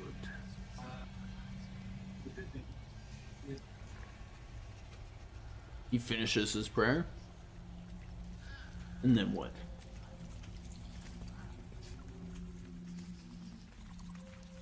Is there any sign or anything that... You receive no immediate sign. Okay. He's gonna look back down at the bloody clothes just to check one more time if there's nothing he missed. And he's gonna stand back up. Okay. You see nothing else at this moment. Is there a way for me to make a mark on the wall or the floor or something? You could probably carve something in. You've got a weapon to do so. Is there dirt floor near the tunnels? Yeah, it's kind of a mixture of dirt and Okay. stone all across this. I'm going to take a bolt from my crossbow because I do have a crossbow Mm-hmm. that Yeah, you do. everybody's forgotten about. No, I haven't forgotten. I actually Okay. like. I'm only melee. You need to have a little bit of ranged if we're gonna So work. he's gonna take the crossbow bolt and kind of carve in the dirt an arrow with an X at the end of it to say he's already gone that direction down that tunnel. Okay, and he's doing that in the one that led to the dome room? Yes, Okay. the one he just came from. Yeah. Okay. And then I guess he's gonna go down the right tunnel. Okay, so just directly across the hall? Yeah. Okay. Just to, make sure he knows where everything goes before he starts getting himself lost. Makes sense. No, I like it. Only you had glow sticks. The glow stick. The glow stick. Dwarven glow sticks. It's next thing on the list again. Shout out to Labyrinthine. On YouTube, right? Yeah, the whole series is on YouTube. Go check it out. Featuring Mr. Pickles, Adise, and myself. Great game. Alright. We're gonna jump. I gotta stop splitting you guys up. We're gonna jump over to Grunkle. Grunkle, you come up out of the bathwater, shrugging off you. Kind of cleaning up. Can I get a resolve check now at standard? Sure. I believe. That's the normal way I'd roll it, but Right? yeah. No, routine. I apologize. Okay, that's better. It is, yeah. Routine is better. 39 out of 52. Okay. You come up and you feel all right. You are clean. The manure's no longer on you. You still have that kind of catch in your throat and in your lungs, but definitely it hasn't gotten worse. Freshly dressed, ready to approach the situation. Like a clean, good night. I'm gonna march my way back to Elder Arlain, the house manure pit, and go to deal with that door. My goal is to try and yank it open. Looking at the door, And I there's expect no that I handle. won't. It looks flush with the ground. Well, fuck. Any other details? That's exactly what Neverending said. Yeah, the two engineers who approached the problem were probably like, oh, fuck. And now I have approached it, Mr. Sociology degree, being a dumbass ogre. Approach it. What would you like to do? So it's a metal, like, Wood. it's wood? Yep. It's wood with like a metal intricate woven kind of inlay with it. Do I recognize this at all? Can I roll like an intelligence check or folklore to understand what kind of material this is? Ideally not tradecraft, but I do have tradecraft at Flip to Fail, if you'd like. I will allow folklore to see if you've ever heard of anything like this. Hell yeah, standard. Yeah. Hell yeah, I'm trained. 50 out of 49. Nice. That's what I'm bringing. Nothing really rings a bell. Some kind of trade work. Probably take a skilled craftsman to do something like this, probably. It's not something you can work with. What you do know is you've smashed things like this before. successfully? Yes. Okay. You were a berserker. Yeah, well, I'm trying to move past my bad history, but I think in this case I'm going to need to draw on this. If that's something that pops up, I'm going to say yes to that memory and say, I need to save these people. I don't know what's down there, but maybe I can break it open. So I'm going to back out, and I'm going to take the metal knob out of my mouth, throw it into the mud angrily, like next to me, and I'm going to equip my claymore and try and draw on all of the meanness that one guy from the Lost Sons had said. He was very mean to me. But he helped me to like steel my resolve. I'm gonna get very personal and try and draw on some of those memories that made me a good ogre briefly. Just letting loose completely, and I'm going to, yeah. That's the guy who trained you. He's ugly, but wow, rude. I still felt hurt by the times when he called me an ugly son of a bitch. Anyways, I'm going to draw on that. I'm going to draw on my background. I'm going to try and charge forward with my claymore to just slam down and break through this. Okay. Roll to attack. Grunkle, charge! I don't think that actually helps me here. No, battle cries work. Proven. Well, I have my Grunkle, what is it? Run amok. I get a bonus to accuracy when I charge and do a melee-based attack action or perilous stunt. But this isn't an actual target, like a human or a mortal creature moving. Does so it say it only works on a human target? This is what it tells me. You plow through your enemies. Plus 20% base chance to strike with a melee-based attack action. Sounds to me like that's what you're doing. Okay, yeah. Well, the effect says that, but the flavor text has sort of an enemy. Your enemy. From like what it sounded like, yeah, I was gonna say you were welling up all this anger and everything. Are you mad at the door? Is it your enemy? It's blocking me from what I want to do, and what I want to do is save my people. All these humans and half-elves. To your discretion. Chat says I would say yes. But... This door is my enemy, okay. And I believe I deserve that plus 20. Here we go. I'm gonna roll it as if I don't have it, and you can add the plus 20 after I roll, I guess. Okay. Yup. 14 out of 57. Well, then 14 out of 77. Yes. Yeah. So definitely succeed. Except you rolled the wrong thing, so it doesn't work at all. God damn it. Okay, I'll re-roll. I'm never gonna remember that. You got it. I'm not a like stupid person. I don't know why. 4 out of 5 times last game. Okay. Key up. Critical success. Go ahead and roll. This is the moment where it's like, can I have my reroll? Yeah, I gave you the reroll. Roll damage.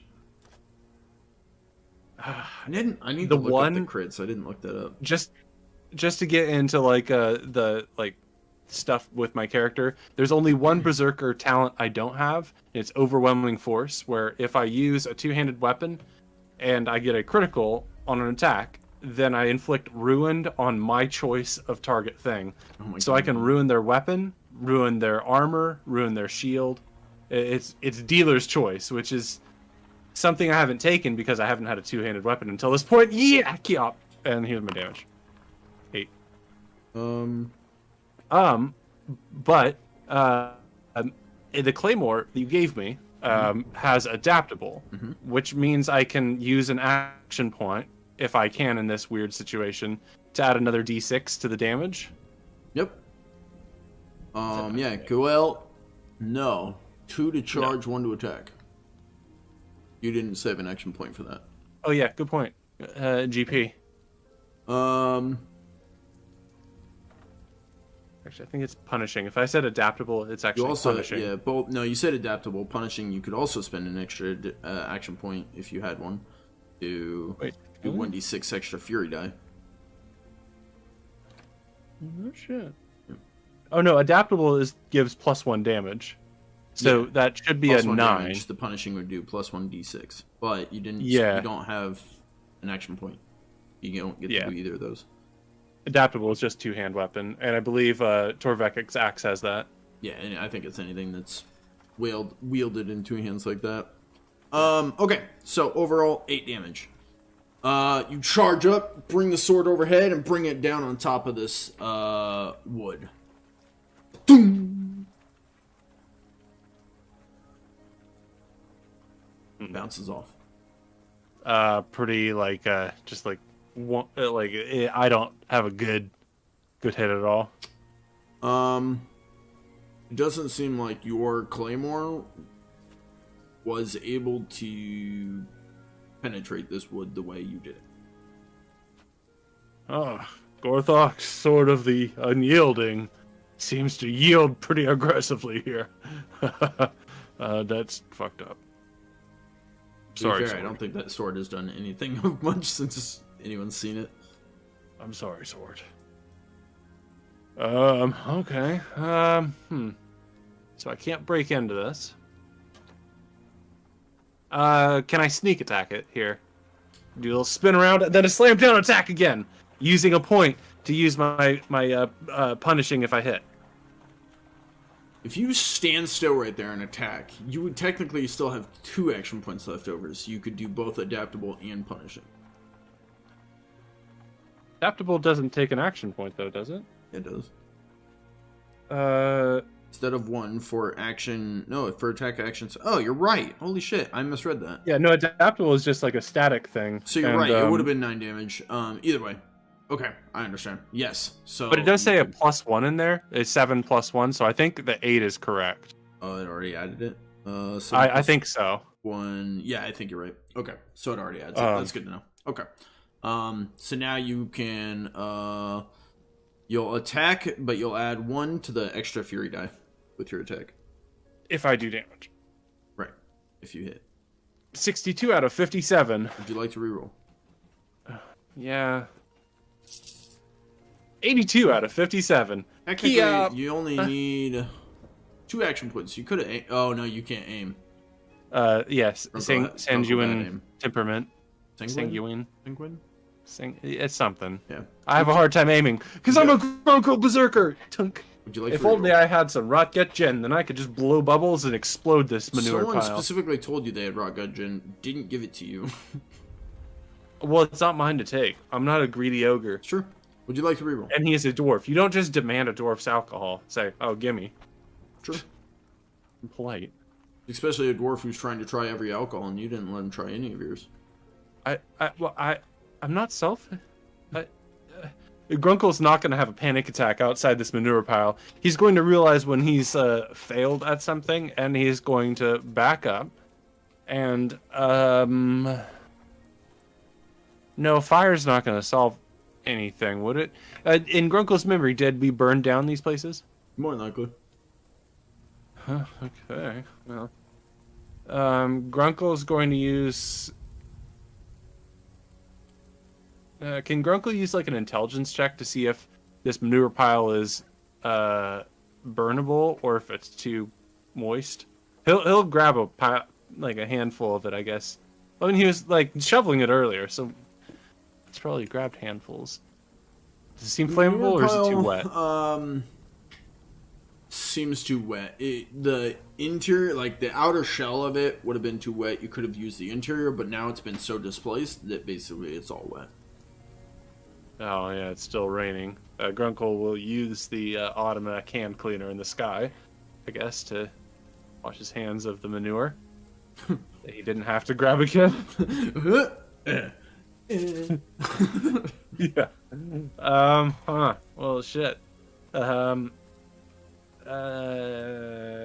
Grunkle's not sure what to do with. I feel like this is Elder one of those Arlain. point and click games where it's just like, does this item work? Does this item work? And it's just like, nope, nope. No, it's 100%. It's like, okay, so I don't have the crowbar, and I don't know that I need the crowbar. So I'm sitting here like, okay, does oil pot work? I have oil pot. Does oil pot work?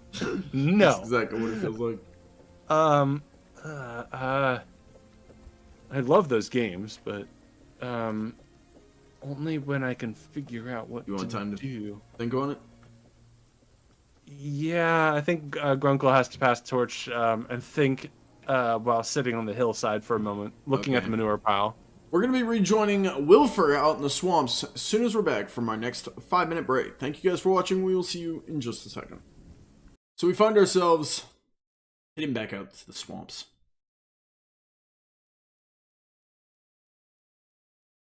How did you make it out here in the first place? Oh, her. Me? I'm the DM. I go wherever I want. I was very confused. I was like, I clicked this. And you move very quickly, too. Yeah, yeah. Now I'm out here. So you're talking to Isabella? Yeah. I Random walked. twig blight that joined us.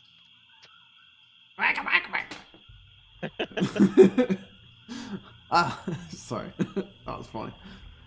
I walked out here. You just felt like you needed to be out here and you just kind of walked out here. Well, I thought you might get lost, so I wanted to help. No, I fully appreciate that, but like, what told you to come out here?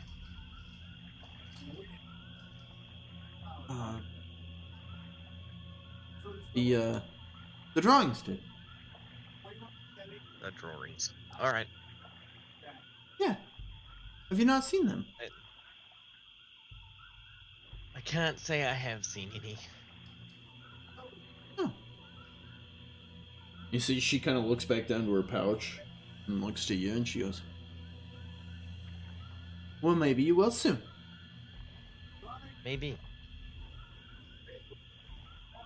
And it's at this point I need you to roll an awareness check. Awareness. Just Standard. a standard one? Yep.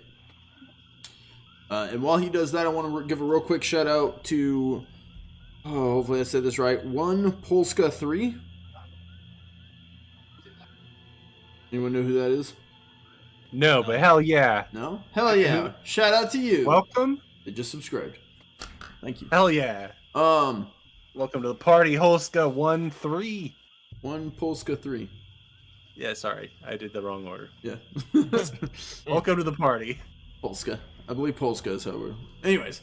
Polska. With the success, you're walking along, and you start seeing twig blights in front of you.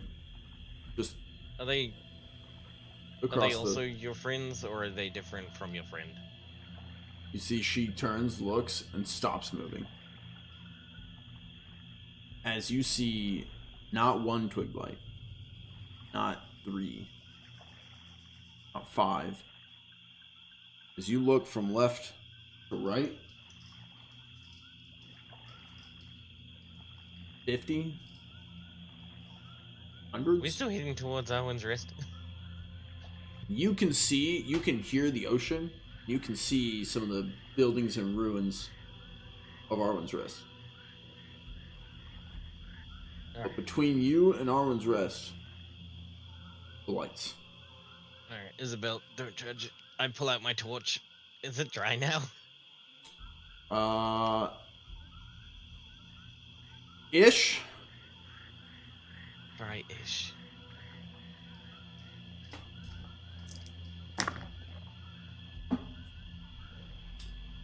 Isabella crouches and looks at you.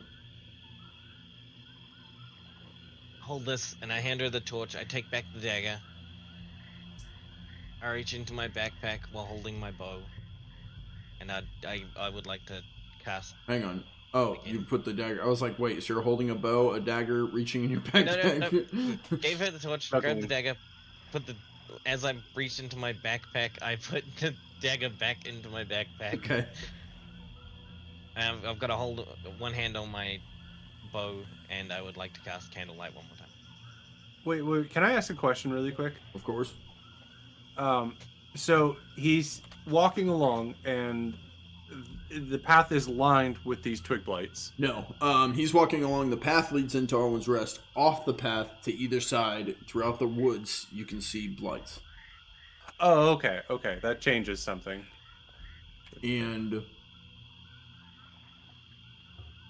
with your successful awareness check, you don't only see little twig blights.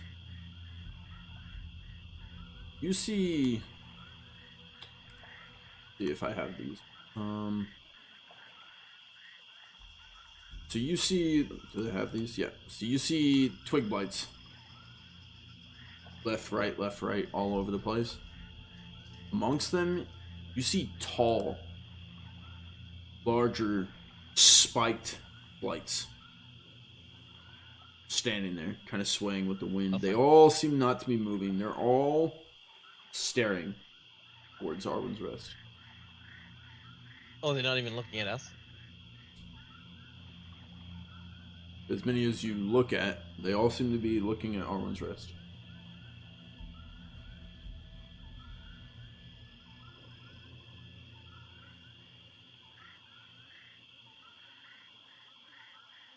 Just hold the torch for the time being. I'm gonna have my hand ready to light to start candlelight. I'm gonna crouch down and I'd like to just start moving quietly forward between, like, past them.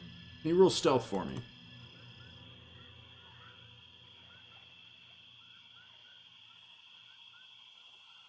Would you like to reroll? I would like to reroll. Just use one of the coins? Just click the reroll in the chat there. Ah. Would you like to reroll?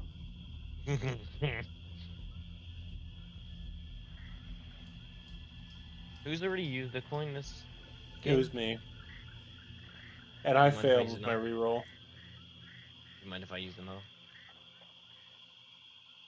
Does mind if I use them all? No, just one. Look, just one more.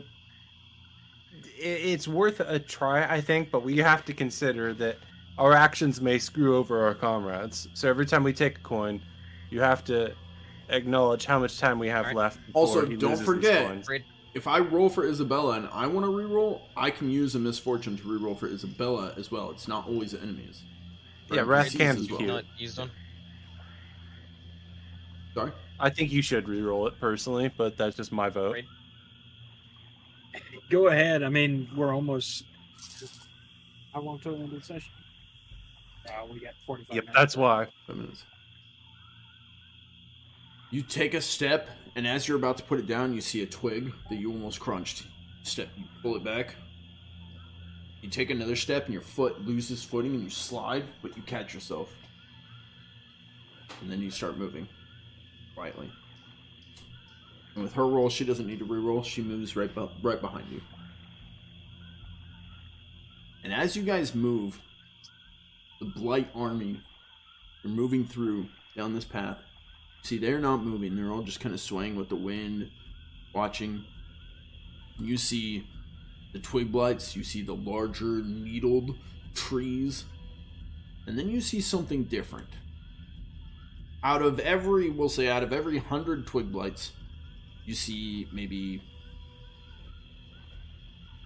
5 to 10 of those needle things. And out of every, 5 to 10 of those, you see one, and you didn't even notice them at first until they, turn and walk. They're the only ones moving. You see large, bind creature moving amongst the ranks of these blights. Ew. As you and Isabella move through this army silently.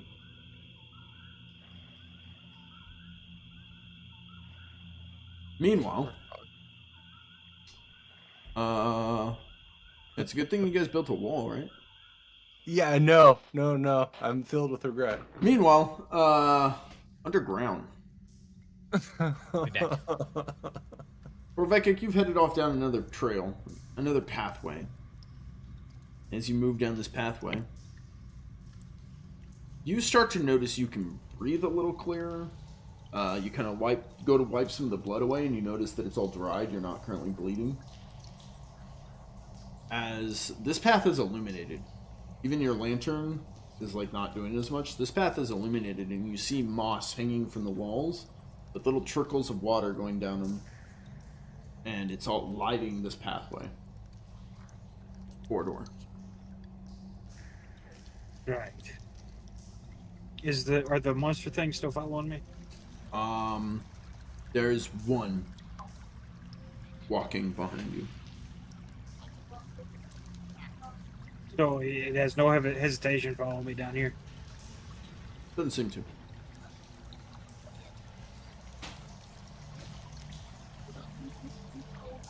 I'm gonna take a little bit of the moss and kind of put it over my. Looking mouth. at it, it looks very similar to the moss you woke up next to. Yeah. So I'm gonna take some of it. Okay. Take quite a bit of it, actually. Yeah, you gather up some of the moss, easily able to be ripped off the walls. This I'm creature gonna- just watches you.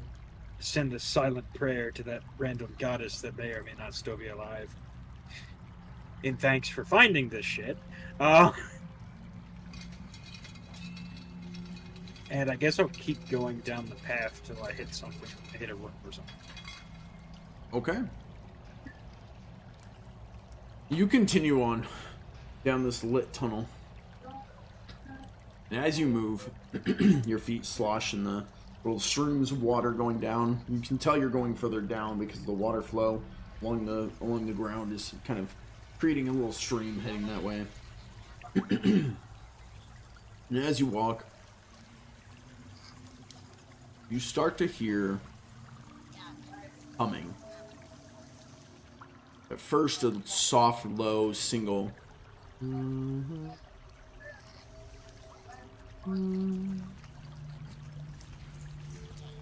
as you move, you start to hear more voices kind of continue with it.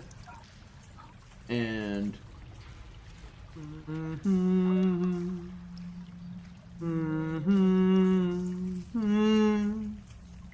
it becomes almost a symphony around you.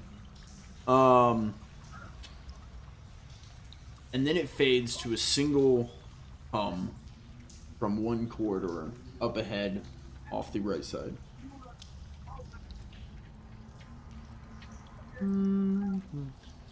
Yes, I'm going that way. As you move ahead and turn down the hall, you continue on for a little while, and then it comes to a T. From the left, you hear. Gonna make a little mark on the ground, pointing back towards where I came. And just give a hard look at the monster thing. There's one, it's on the wall now, just watching you. And back slowly down the hallway that I hear the humming from, watching the thing, making sure it doesn't scrub my thing. It's really funny. I hadn't thought of that. that's very good. Yeah, you move along. It just seems to be crawling along the wall, rounds the corner, pays no attention to what you drew in the mud. As you move, you kind of continue this, I'm guessing, for a little while. Kind of when you come to a T or a Y or a crossroad, you follow the one that has the humming coming from it. Yes. Okay. I'm gonna make another mark back towards the way I came. You finally come out to an overlook.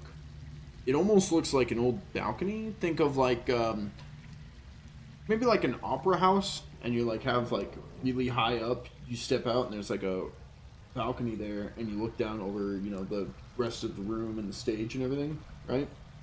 Yeah. Similar in concept. You step out to that. Looking down, you see maybe, we'll say, 100 to 200 of these creature things all turn and look up at you. And the humming stops, and all at once you hear as they all drop down and start scattering, going down every other tunnel, all kinds of tunnels. You start hearing scatters and chirps and purrs as things are moving all around you. What do you do? And I still have no idea what these things are. All you know is they look like this, for the most part. Why is it always me? What do you do? Things are scurrying all around. You hear them from every tunnel. They seem to be getting closer. This time you can hear they are moving towards you. They're moving towards me? Yeah. And I'm getting the fuck out. How? You see the one heading behind back you the way on the I wall. came. Do what? There's the one behind you on the wall. Is he now actively blocking my path? You see it moves down onto the ground and stands up, and then turns and walks away. Why is this one walk away, but the other ones scatter? Alright, I'm going back the way I... It sounds like a scene from like Star Wars. Is like these things are all scurrying around the tunnels, and you feel like they know their way around here. Right, And obviously. they seem like they're coming to you. What does Torvekek do? I'm heading back the way I came at a nice, quick clip. Alright, roll athletics. Oh, joy. We're in a chase scene. Hey, you're being chased by Chase Pikachu. Pikachu. I don't know. This monster's got... This reminds you of Pikachu? In a very distant way, yeah. He What? looks like Mew. It looks a lot more like Mew. Yeah, but Mewkachu. It does Pikachu. Mewkachu. Can I re-roll that? That's up to you. I don't control What do you you think, guys' boys? fortune points. Yeah, I'm just gonna... Nope. Fuck. The first reroll always fails. Yeah. Torvekek turns to run. This thing turns and walks away from you, and you see it turns at the point where you put your mark. And you go to follow, and you slip and fall. As the tunnel ahead of you, you can still see the illumination from that tunnel ahead of you, but the path, like, it goes up and to the right, you see the illumination. Straight ahead, you hear as things are running, climbing, scratching along the walls towards you. From that one path? The path ahead of you and behind you, you can hear the, like, climbing up the walls of the auditorium, we'll call it, to get up to that balcony. How close do they sound? Hard to tell. Everything echoes here. Alright, I gotta keep running.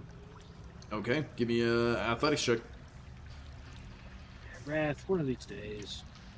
I'll get you back. It's just one of these days where you don't want to wake up. Everything sucks. Everybody's fine. Alright. I'm gonna roll.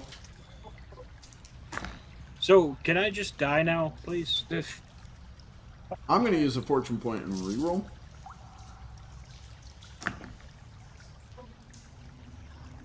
Okay. You go to run, and you're slipping and falling, trying to scramble out of here. And you've moved basically up to the turn, and you see out of the darkness these things moving along the walls, the ceiling, the floor, and you see them open up their mouths, and they have these huge fangs coming down. And they're climbing. Looking behind you, you can see them climbing over the railing of the balcony. And all of a sudden, one grabs your arm and pulls, and you get pulled around that corner. And you feel it pull. It feels strong, but not, like, ridiculously. So it's almost like tugging. Do you resist? Do you fight? Get up? Do you go with? What's just Torvekek's? one arm? You feel one arm grab you. It's around the corner, so you Can can't I really see see if it. the arm actually looks like one of theirs? Yes, definitely. It's got the big old spike sticking out of it. You can't see the rest of the then creature. It's fuck just reaching. yeah, I'm gonna resist. What the fuck? Wait, do their hands have claws? Not necessarily. I mean, they have very long, pointed fingertips that are abnormal, but they're not really claws. Is it like the sort of grab of like how somebody would grab a friend and be like, "Oh fuck, get out of the way of the guy with the gun." Like grab him and yank him? Just or as is it much like as it would be like, I'm taking this guy prisoner. Like, you're coming with me. Oh, okay. It's Yeah. both. I was mean, what's the curious, difference sorry. between... I mean, how could you tell the difference? Hey, come here! Or, hey, get over here! I was gonna say there's love in the touch sometimes, but I actually don't know. I've You never been in can a situation roll... like that. I so will no. allow you a split... You get one roll. You will not be allowed to re-roll it. It's a split decision scrutinize check to determine if this hand grab is friendly or aggressive. Quickly Well, just if write it's it one of down them, in my I don't really notepad. give a fuck whether it's aggressive or not. Okay, then you're more than welcome to fight back. I was just going with Pickle's argument. Yeah, I was just curious. I was just trying to grab more details. No, I'm not going anywhere with these things. Okay, what does If you make me Torvekek roll do? another fucking athletics roll, I'm gonna hurt you. What does Torvekek Do do? you not have athletics trained? No, I don't. It doesn't. I don't have the option to train athletics. Really? With your... Oh my gosh. Well, that makes me thankful of my career, I guess. I had the option. What does Torvekek do? Yeah, I don't get athletics. I get awareness, but not athletics. I don't know if I get awareness. I guess slice with the axe. I still got it in one hand. Okay, who are you slashing at? Really? Self. Self, probably not yourself. You will need... Use your logic, Raph. Well, there's Yeah, I know. unknown amount The thing- ahead the of thing you, that's unknown got me- amount behind you, and one next to you. Presumably the one grabbing him. Okay, so now I'm You have to deal confused. with. Am I following the path I used to come in? So think of it this way: there is path heading down, heads to a crossroad. Right. You went left, led out to the auditorium. So there's Right. there's the balcony. You're going back to the T and turning, but you're at that T right now. Yes. Ahead of you are a bunch of them coming down this hall. Or behind you at the balcony are a bunch of them are coming at this. And then one has grabbed you from the direction you're trying to get to, has grabbed you from that direction and given a tug. Oh, it'd be the one that was following you around. It turns out it's not a bad guy. That's why I said Pikachu. Like, it's the one of... Because it's the one peeking that's... at you. I was gonna say it's the one of the wild animals that's like, I'm curious about humanity. I'm a puppy dog, and I'm the Okay, so mascot. my question, Pickles. So my question is, why would this one be any different from the millions of other ones that are now chasing towards it? You have such a dwarven mindset. I am a dwarf. And I'm just a fat grunkle devil on your shoulder. Because it was Lillian at one point. First of all, you guys have known her for like 20 episodes. Her name is Liliana. Whatever. Wait, do you think that Lillian... I don't think was they're turned mind into- players. Sorry. Lillian. I did that. That would have shocked me, but they're not the first ones to think that. And it blew my mind last time too. It was funny. Go watch the other episode if you guys haven't. Great. It would have been nice if the other guys had warned us about these if they'd seen them before. Oh, it's almost like someone did. They warned me. You didn't tell Torvekek. Okay. Grunkle is the worst possible communicator without being malicious. Oh man, I'm gonna do my best to just barrel him over, I guess. Oh, interesting. Well, fun fact, that's an athletics check. Fuck you, Raph. I'm sorry, it is. I don't know what to tell you. But with that, you do have a fortune point back. Oh, hallelujah. 5144. 54, excuse me. Okay. I'm gonna roll to resist. Just kidding. It grabs your arm and tugs, and you go with it, but just to shove it against the wall. And you start running past it. Does it look offended? Do you want to stop, turn around, and look at it? Not well, kind of now. Can I look over my shoulder as I'm running? Absolutely, it'll slow you down. Okay. Yeah. Sure. Okay. Looking over your shoulder, you see it standing kind of near the wall that you just shoved it into, watching you as around the corner a whole bunch of other ones run past it, chasing after you. Okay, now I don't feel so bad about not killing it. Are they all coming down one path now, or can I hear more ahead of me? You hear them all over, but you see the ones behind you. The path ahead The of you reason I ask illuminated. is because I have a backpack full of explosives that may be a good time. The flame thing that. Oh. I think it only blows up with Grunkle. I think Grunkle has a trait to make it blow up. Oh yeah, if you're talking about the rock that Jen, it's literally hid the bacteria in his stomach, mixes with. What's the alcohol value? Yeah, I think it's literally Yeah, just it's a flammable alcohol is what it is, but Grunkle can erupt it with his stomach acid to spew fire. That's fine. I just need something. It's slightly flammable that will block off a hole in this passage. I'm gonna keep running. Okay. Wylfer is slightly flammable. Wylfer is flammable. Wylfer is flammable. Wylfer caught fire recently. Elves. Torvekek takes off down these hallways, a multitude, cacophony, symphony of scrambling creatures in the dark following him. Meanwhile, I need one more stealth check from Wylfer as he moves through the Blight army.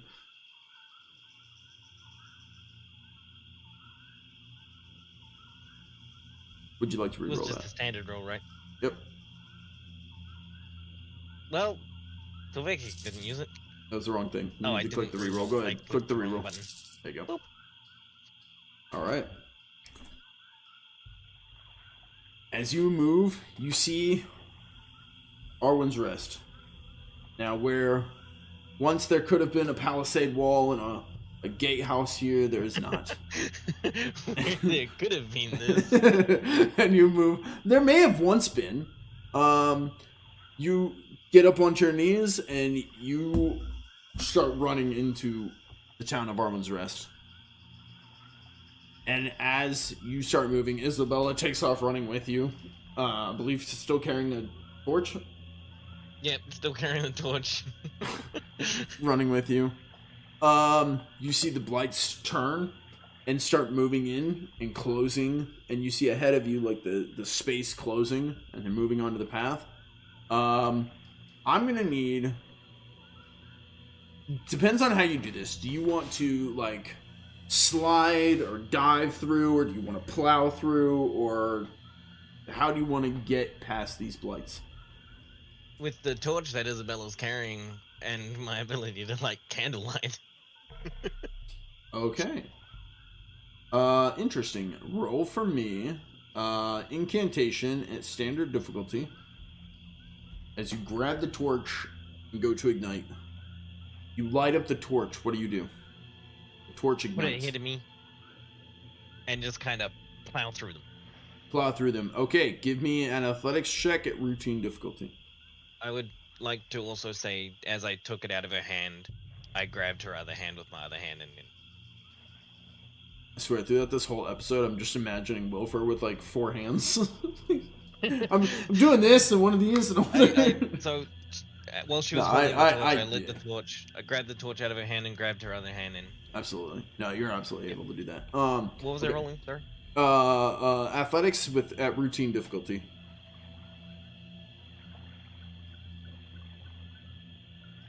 I'm gonna roll for her as well. Nice. Good job, bud. You hold out your torch and you plow right through as they start closing in, and you can see one of the vine covered blights kind of casting his hand, and you can see from his hand tendrils, and another one on the other side throwing their hands out, and you can see these tendrils coming out and like creating a wall.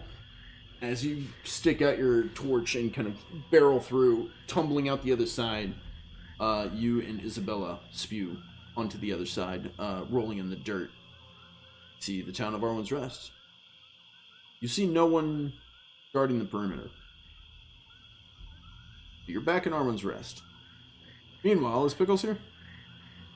Yes, I am. Okay.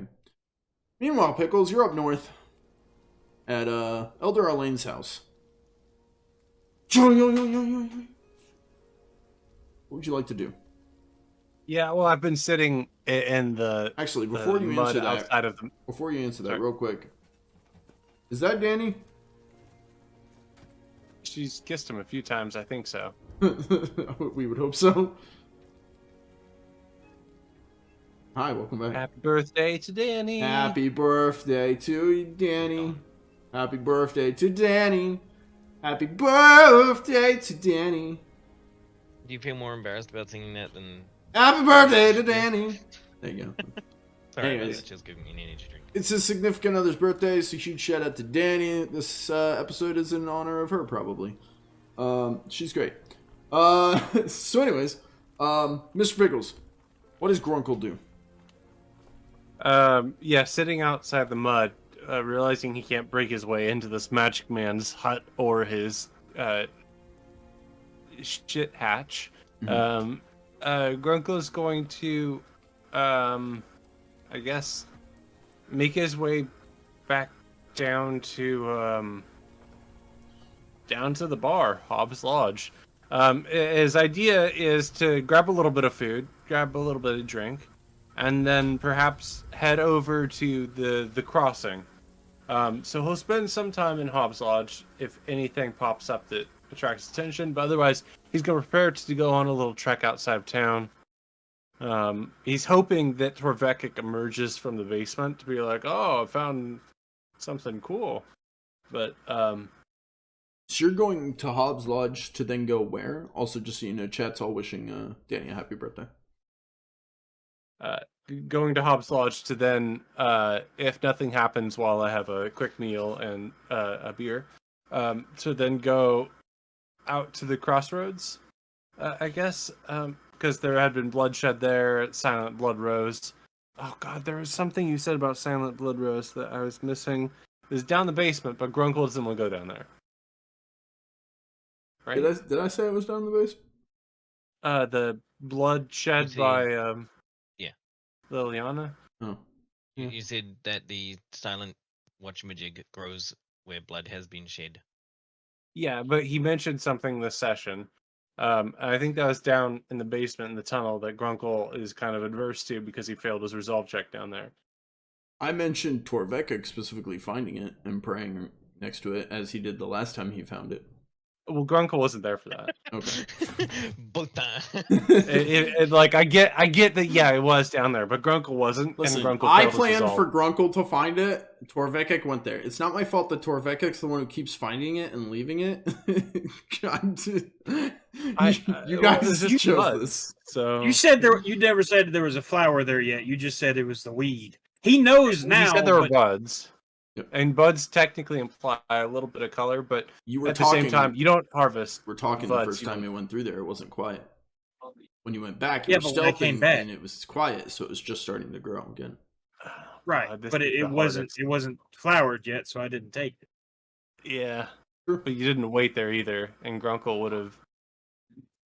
But Grunkle doesn't want to go down there, so he's having a quick beer, Yep. seeing if anybody arrives at this location, and then if not, whoever's cooking, he's gonna say, "Oh, I'm gonna need some food." This doesn't sound right, Grunkle.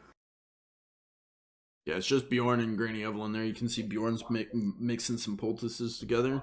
You can see Bjorn has... I don't have these notes in front of me. Stand by real quick. 1, 2... 1, 2, 3... 1, 2, 3, 4, 5. Bjorn currently has 2... looks like vials that have something inside them laid next to him, and you can see he's working on some more poultice or some kind of concoction. I know exactly what I want to do. Okay. Actually, now, so Grunkle would go forward to Granny Evelyn, kneel in front of her. By the fire pit. Yep. But since she's smaller than him, he would do a kneel and then sort of a bow to like get down to an actual respectable level to her. I'm assuming. Hands on his knees and She kinda elbows, just Pokes her head and she goes, "You're not taking very good care of your flowers, are you?" Grunkle not know how to take care of Flower Crown. Okay. But if you could teach me that now that I know it's a thing, that's Grunkle dealing with many quests right now. You see, she And- kind of pulls the flower off, and you can see most of them are all wilted and dead. You've just been wearing them on your head. She's like, weird. Why do you still wear this? Granny Evelyn, it is because Grunkle has had a long life. Meta moment right now. Again, ogres don't live long lives. Grunkle has had a long life of violence and dealing with the darker parts of life, and he seeks a greater and more pure life here. Honor. Grunkle remember hearing tales of honorable kings and queens of these lands, and so he wishes to restore something of that. But Grunkle not have that sort of heritage. Grunkle not noble hero or knight. So when you give him crown, Grunkle think, must serve this town and you. Grunkle here, because he not understand the direction to take. Grunkle want to solve plague and bring glory to this town. Perhaps you can give direction. I'm just a gardener. Who gave me a crown, therefore united me as a... Have you looked at the drawings? Maybe that would help. the drawings? Yes, the drawings that I've been referencing for like 3 episodes. Or Grunkle's gonna, if she's pointing, he'll go to move and look through the drawings. Yeah, there's a couple on the table. You want me to roll intelligence? No, or... you don't need to. You can look at a drawing. Looking at the drawings, you see. God, now I gotta remember exactly which ones were there. Torvekek, you found the drawing of the mountain, right? In the cave?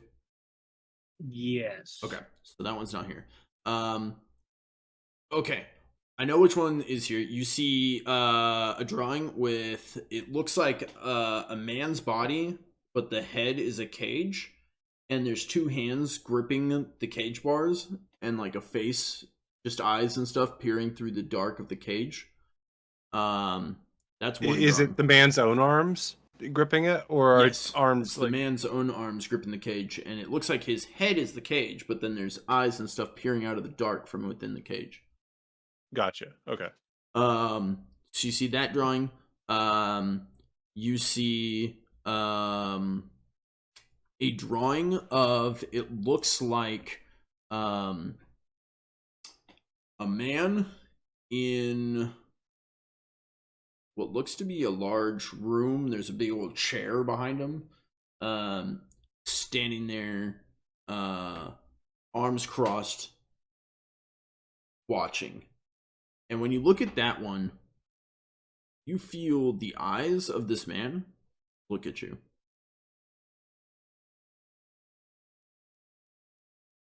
The only other drawing you see is a drawing of what looks like a town street, almost.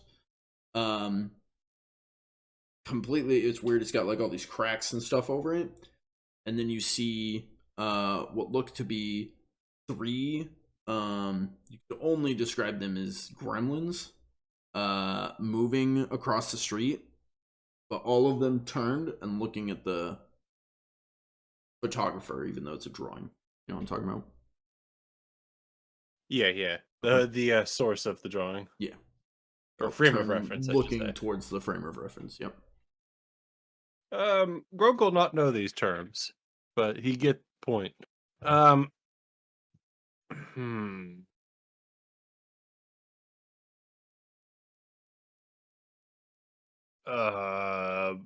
These are good drawings of bad things, and Grunkle not have artistic knowledge to really speak on them on a fundamental level, but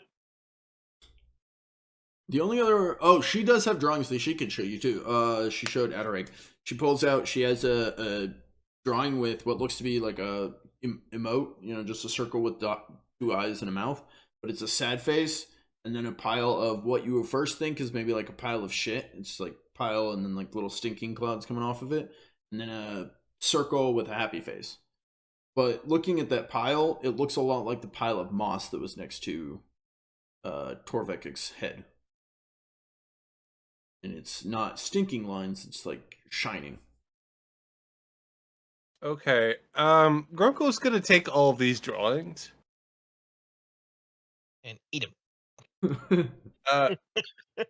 Grunkle's going to look at them in his hand, his left hand, and think, wow, I could eat all of these, but he's not going to do that. The man by the chair is still watching you.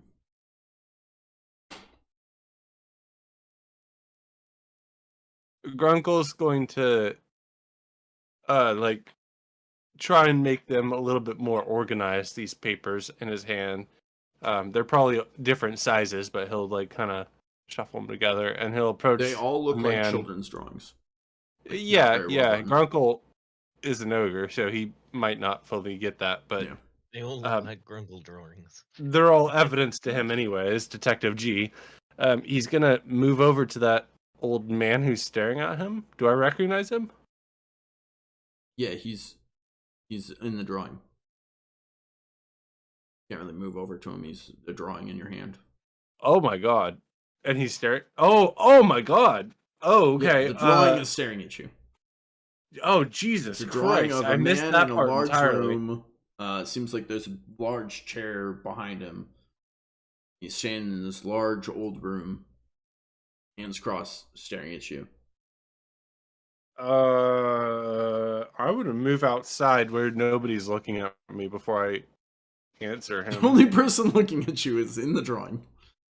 Yeah, but Granny Evelyn's in the same room as me. Oh, okay. I thought you were still thinking there was someone like by a chair staring at you. I was like, no, it's just the guy in the No. picture.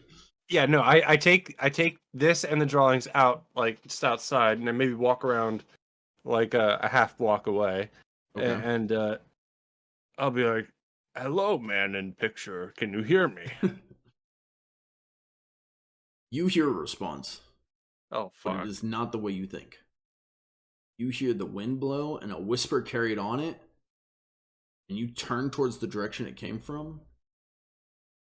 It came from the ruin on the hill. Okay, then I will go towards the ruin on the hill. Okay. You enter the Definitely, the yeah. old broken gatehouse in front of you at the top of the hill. Grunkle steps through, heading back into the old ruin. Gladly. And at this, Wylfer tumbles into the town of Arwin's Rest. I'll throw you on the map, Wylfer. Oh, that's not an image. Well, all right, I'll fix it later. Not an image. You're over there. And then at the same time, Torvekek stumbles through the hidden doorway into the gunk-filled room beneath Hobbs' Lodge. The sounds of scattering, clamoring echo from down below.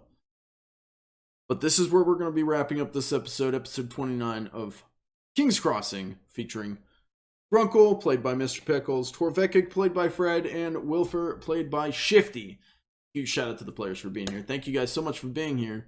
But before we drop off, there's a sponsor for this video. A brand new episode of And I Took That Personally has dropped. Mr. Pickles, can you tell us about that? Yes. If you like Brad more than Pickles and respect his opinion, he is the leader of this episode. So, and I took that personally. You can find it on Spotify and Apple Podcasts. It's myself and my best friend. Not my best friend. One of my best friends. Rude. You like raised him up on a pedestal and then just pushed him off it. Well, it's like whenever you say best friend, everybody else who isn't is like, oh, I thought we had a thing going. Anyways, one of my really good friends, Brad and I do a podcast where we talk about movies that we take personally. He really took The Nun from 2018 personally. And so that's what the podcast is about. It's a lot of the Conjuring verse and me giggling at him actually being upset about things rather than me freaking out about Evil Bong.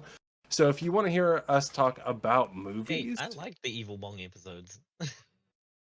Are you that one person who watched through all of my Evil Bong episodes? That might be me. Yeah, there's like I've one watched- person who I've made it watched through them all all yet. of them. There's a lot. well, and what's weird is that like there's people who skipped episodes, so it'll be like 5, 5, 5, 4, 3, 1. Isn't that weird? They did that to my 4, YouTube 3. series too, and I don't understand it. Like what is your deal? You don't skip episodes. That's weird. Wait, I could do But- the same with procrastination. Procrastination. I've forgotten what my What? podcast was called. I also had a podcast at one point, but Pickles one is actually going still. Oh. Yeah, no, we're still going hard, and we're releasing like an episode every 2 months to 3 months at this point, but we're still trying. Actually, I think I saw your podcast on your YouTube channel. Yeah. Yeah. See? I support my friends. Yeah. Yeah, so that's it. I took that personally. New episode just dropped. Go check it out. There's a token for Wylfer. He's there. Grunkle's off in the ruin, and Torvekek probably doesn't have a token. He does! Torvekek's at Hobbs Lodge. So yeah, that's been King's Crossing. Any final thoughts? We have a couple minutes. Anything you guys want to get off your chest? Torvekek didn't die. It's a surprise. Yeah, we're just trying to figure things out here, and I'm super happy to have a big sword and to see that resolve is one of the advancements I can take. Wylfer is accidentally becoming a hero.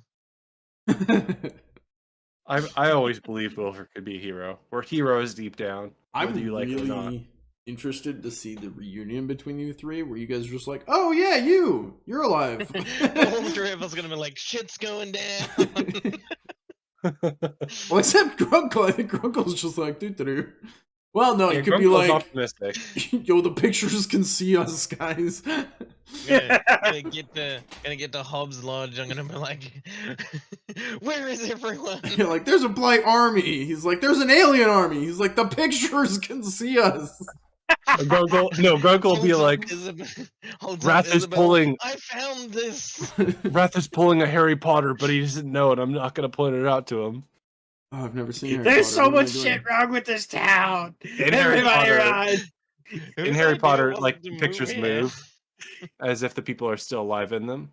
Oh, Technically, but it's not like a. That's their spirits. Yes, they're spirits rather than an actual living entity. So Yeah, you're probably pulling a semi-Harry. This was- technically a reality. this was me expecting Grunkle to at some point go back into that ruin, and I had something prepared there, and you weren't. So then I had to kind of give you a, "Hey, go look at this." That's basically. I mean, we could talk about this on under the It's just table, how- but the pictures. Yeah, this is under the table talk. The Yeah, pictures you're doing are a lot my way of framework. to help lead you guys, except every single person, not just you, every single person has been completely ignoring the pictures for about 4 episodes. So I'm like, yes, I don't know. Except I I'm think an ignorant Adarag son of was a bitch. like, wait, wasn't it Adarag that was like, he thinks there's actually a seer who's drawing these pictures? Someone who can like see things, visions. I think it was Adarag. I don't think I was there for that. I think it was Adarag. Anyways, find out more on Under the Table, which is going to be in... Tomorrow? Dirties tomorrow. Drinks to Discussions, because remember you changed it to every other week? Yeah. No, Pickles likes to calendar things and then forget about them. Yeah. I was at movie night all by myself with my girlfriend. We sat there for 20 minutes and waited. No one ever showed up. Sounds like you weren't there by yourself. Well, yeah. I am the worst. That was a whole confusion. Well, I thought other people would show up too. No one ever came, so we watched Oh Brother, We're Out There.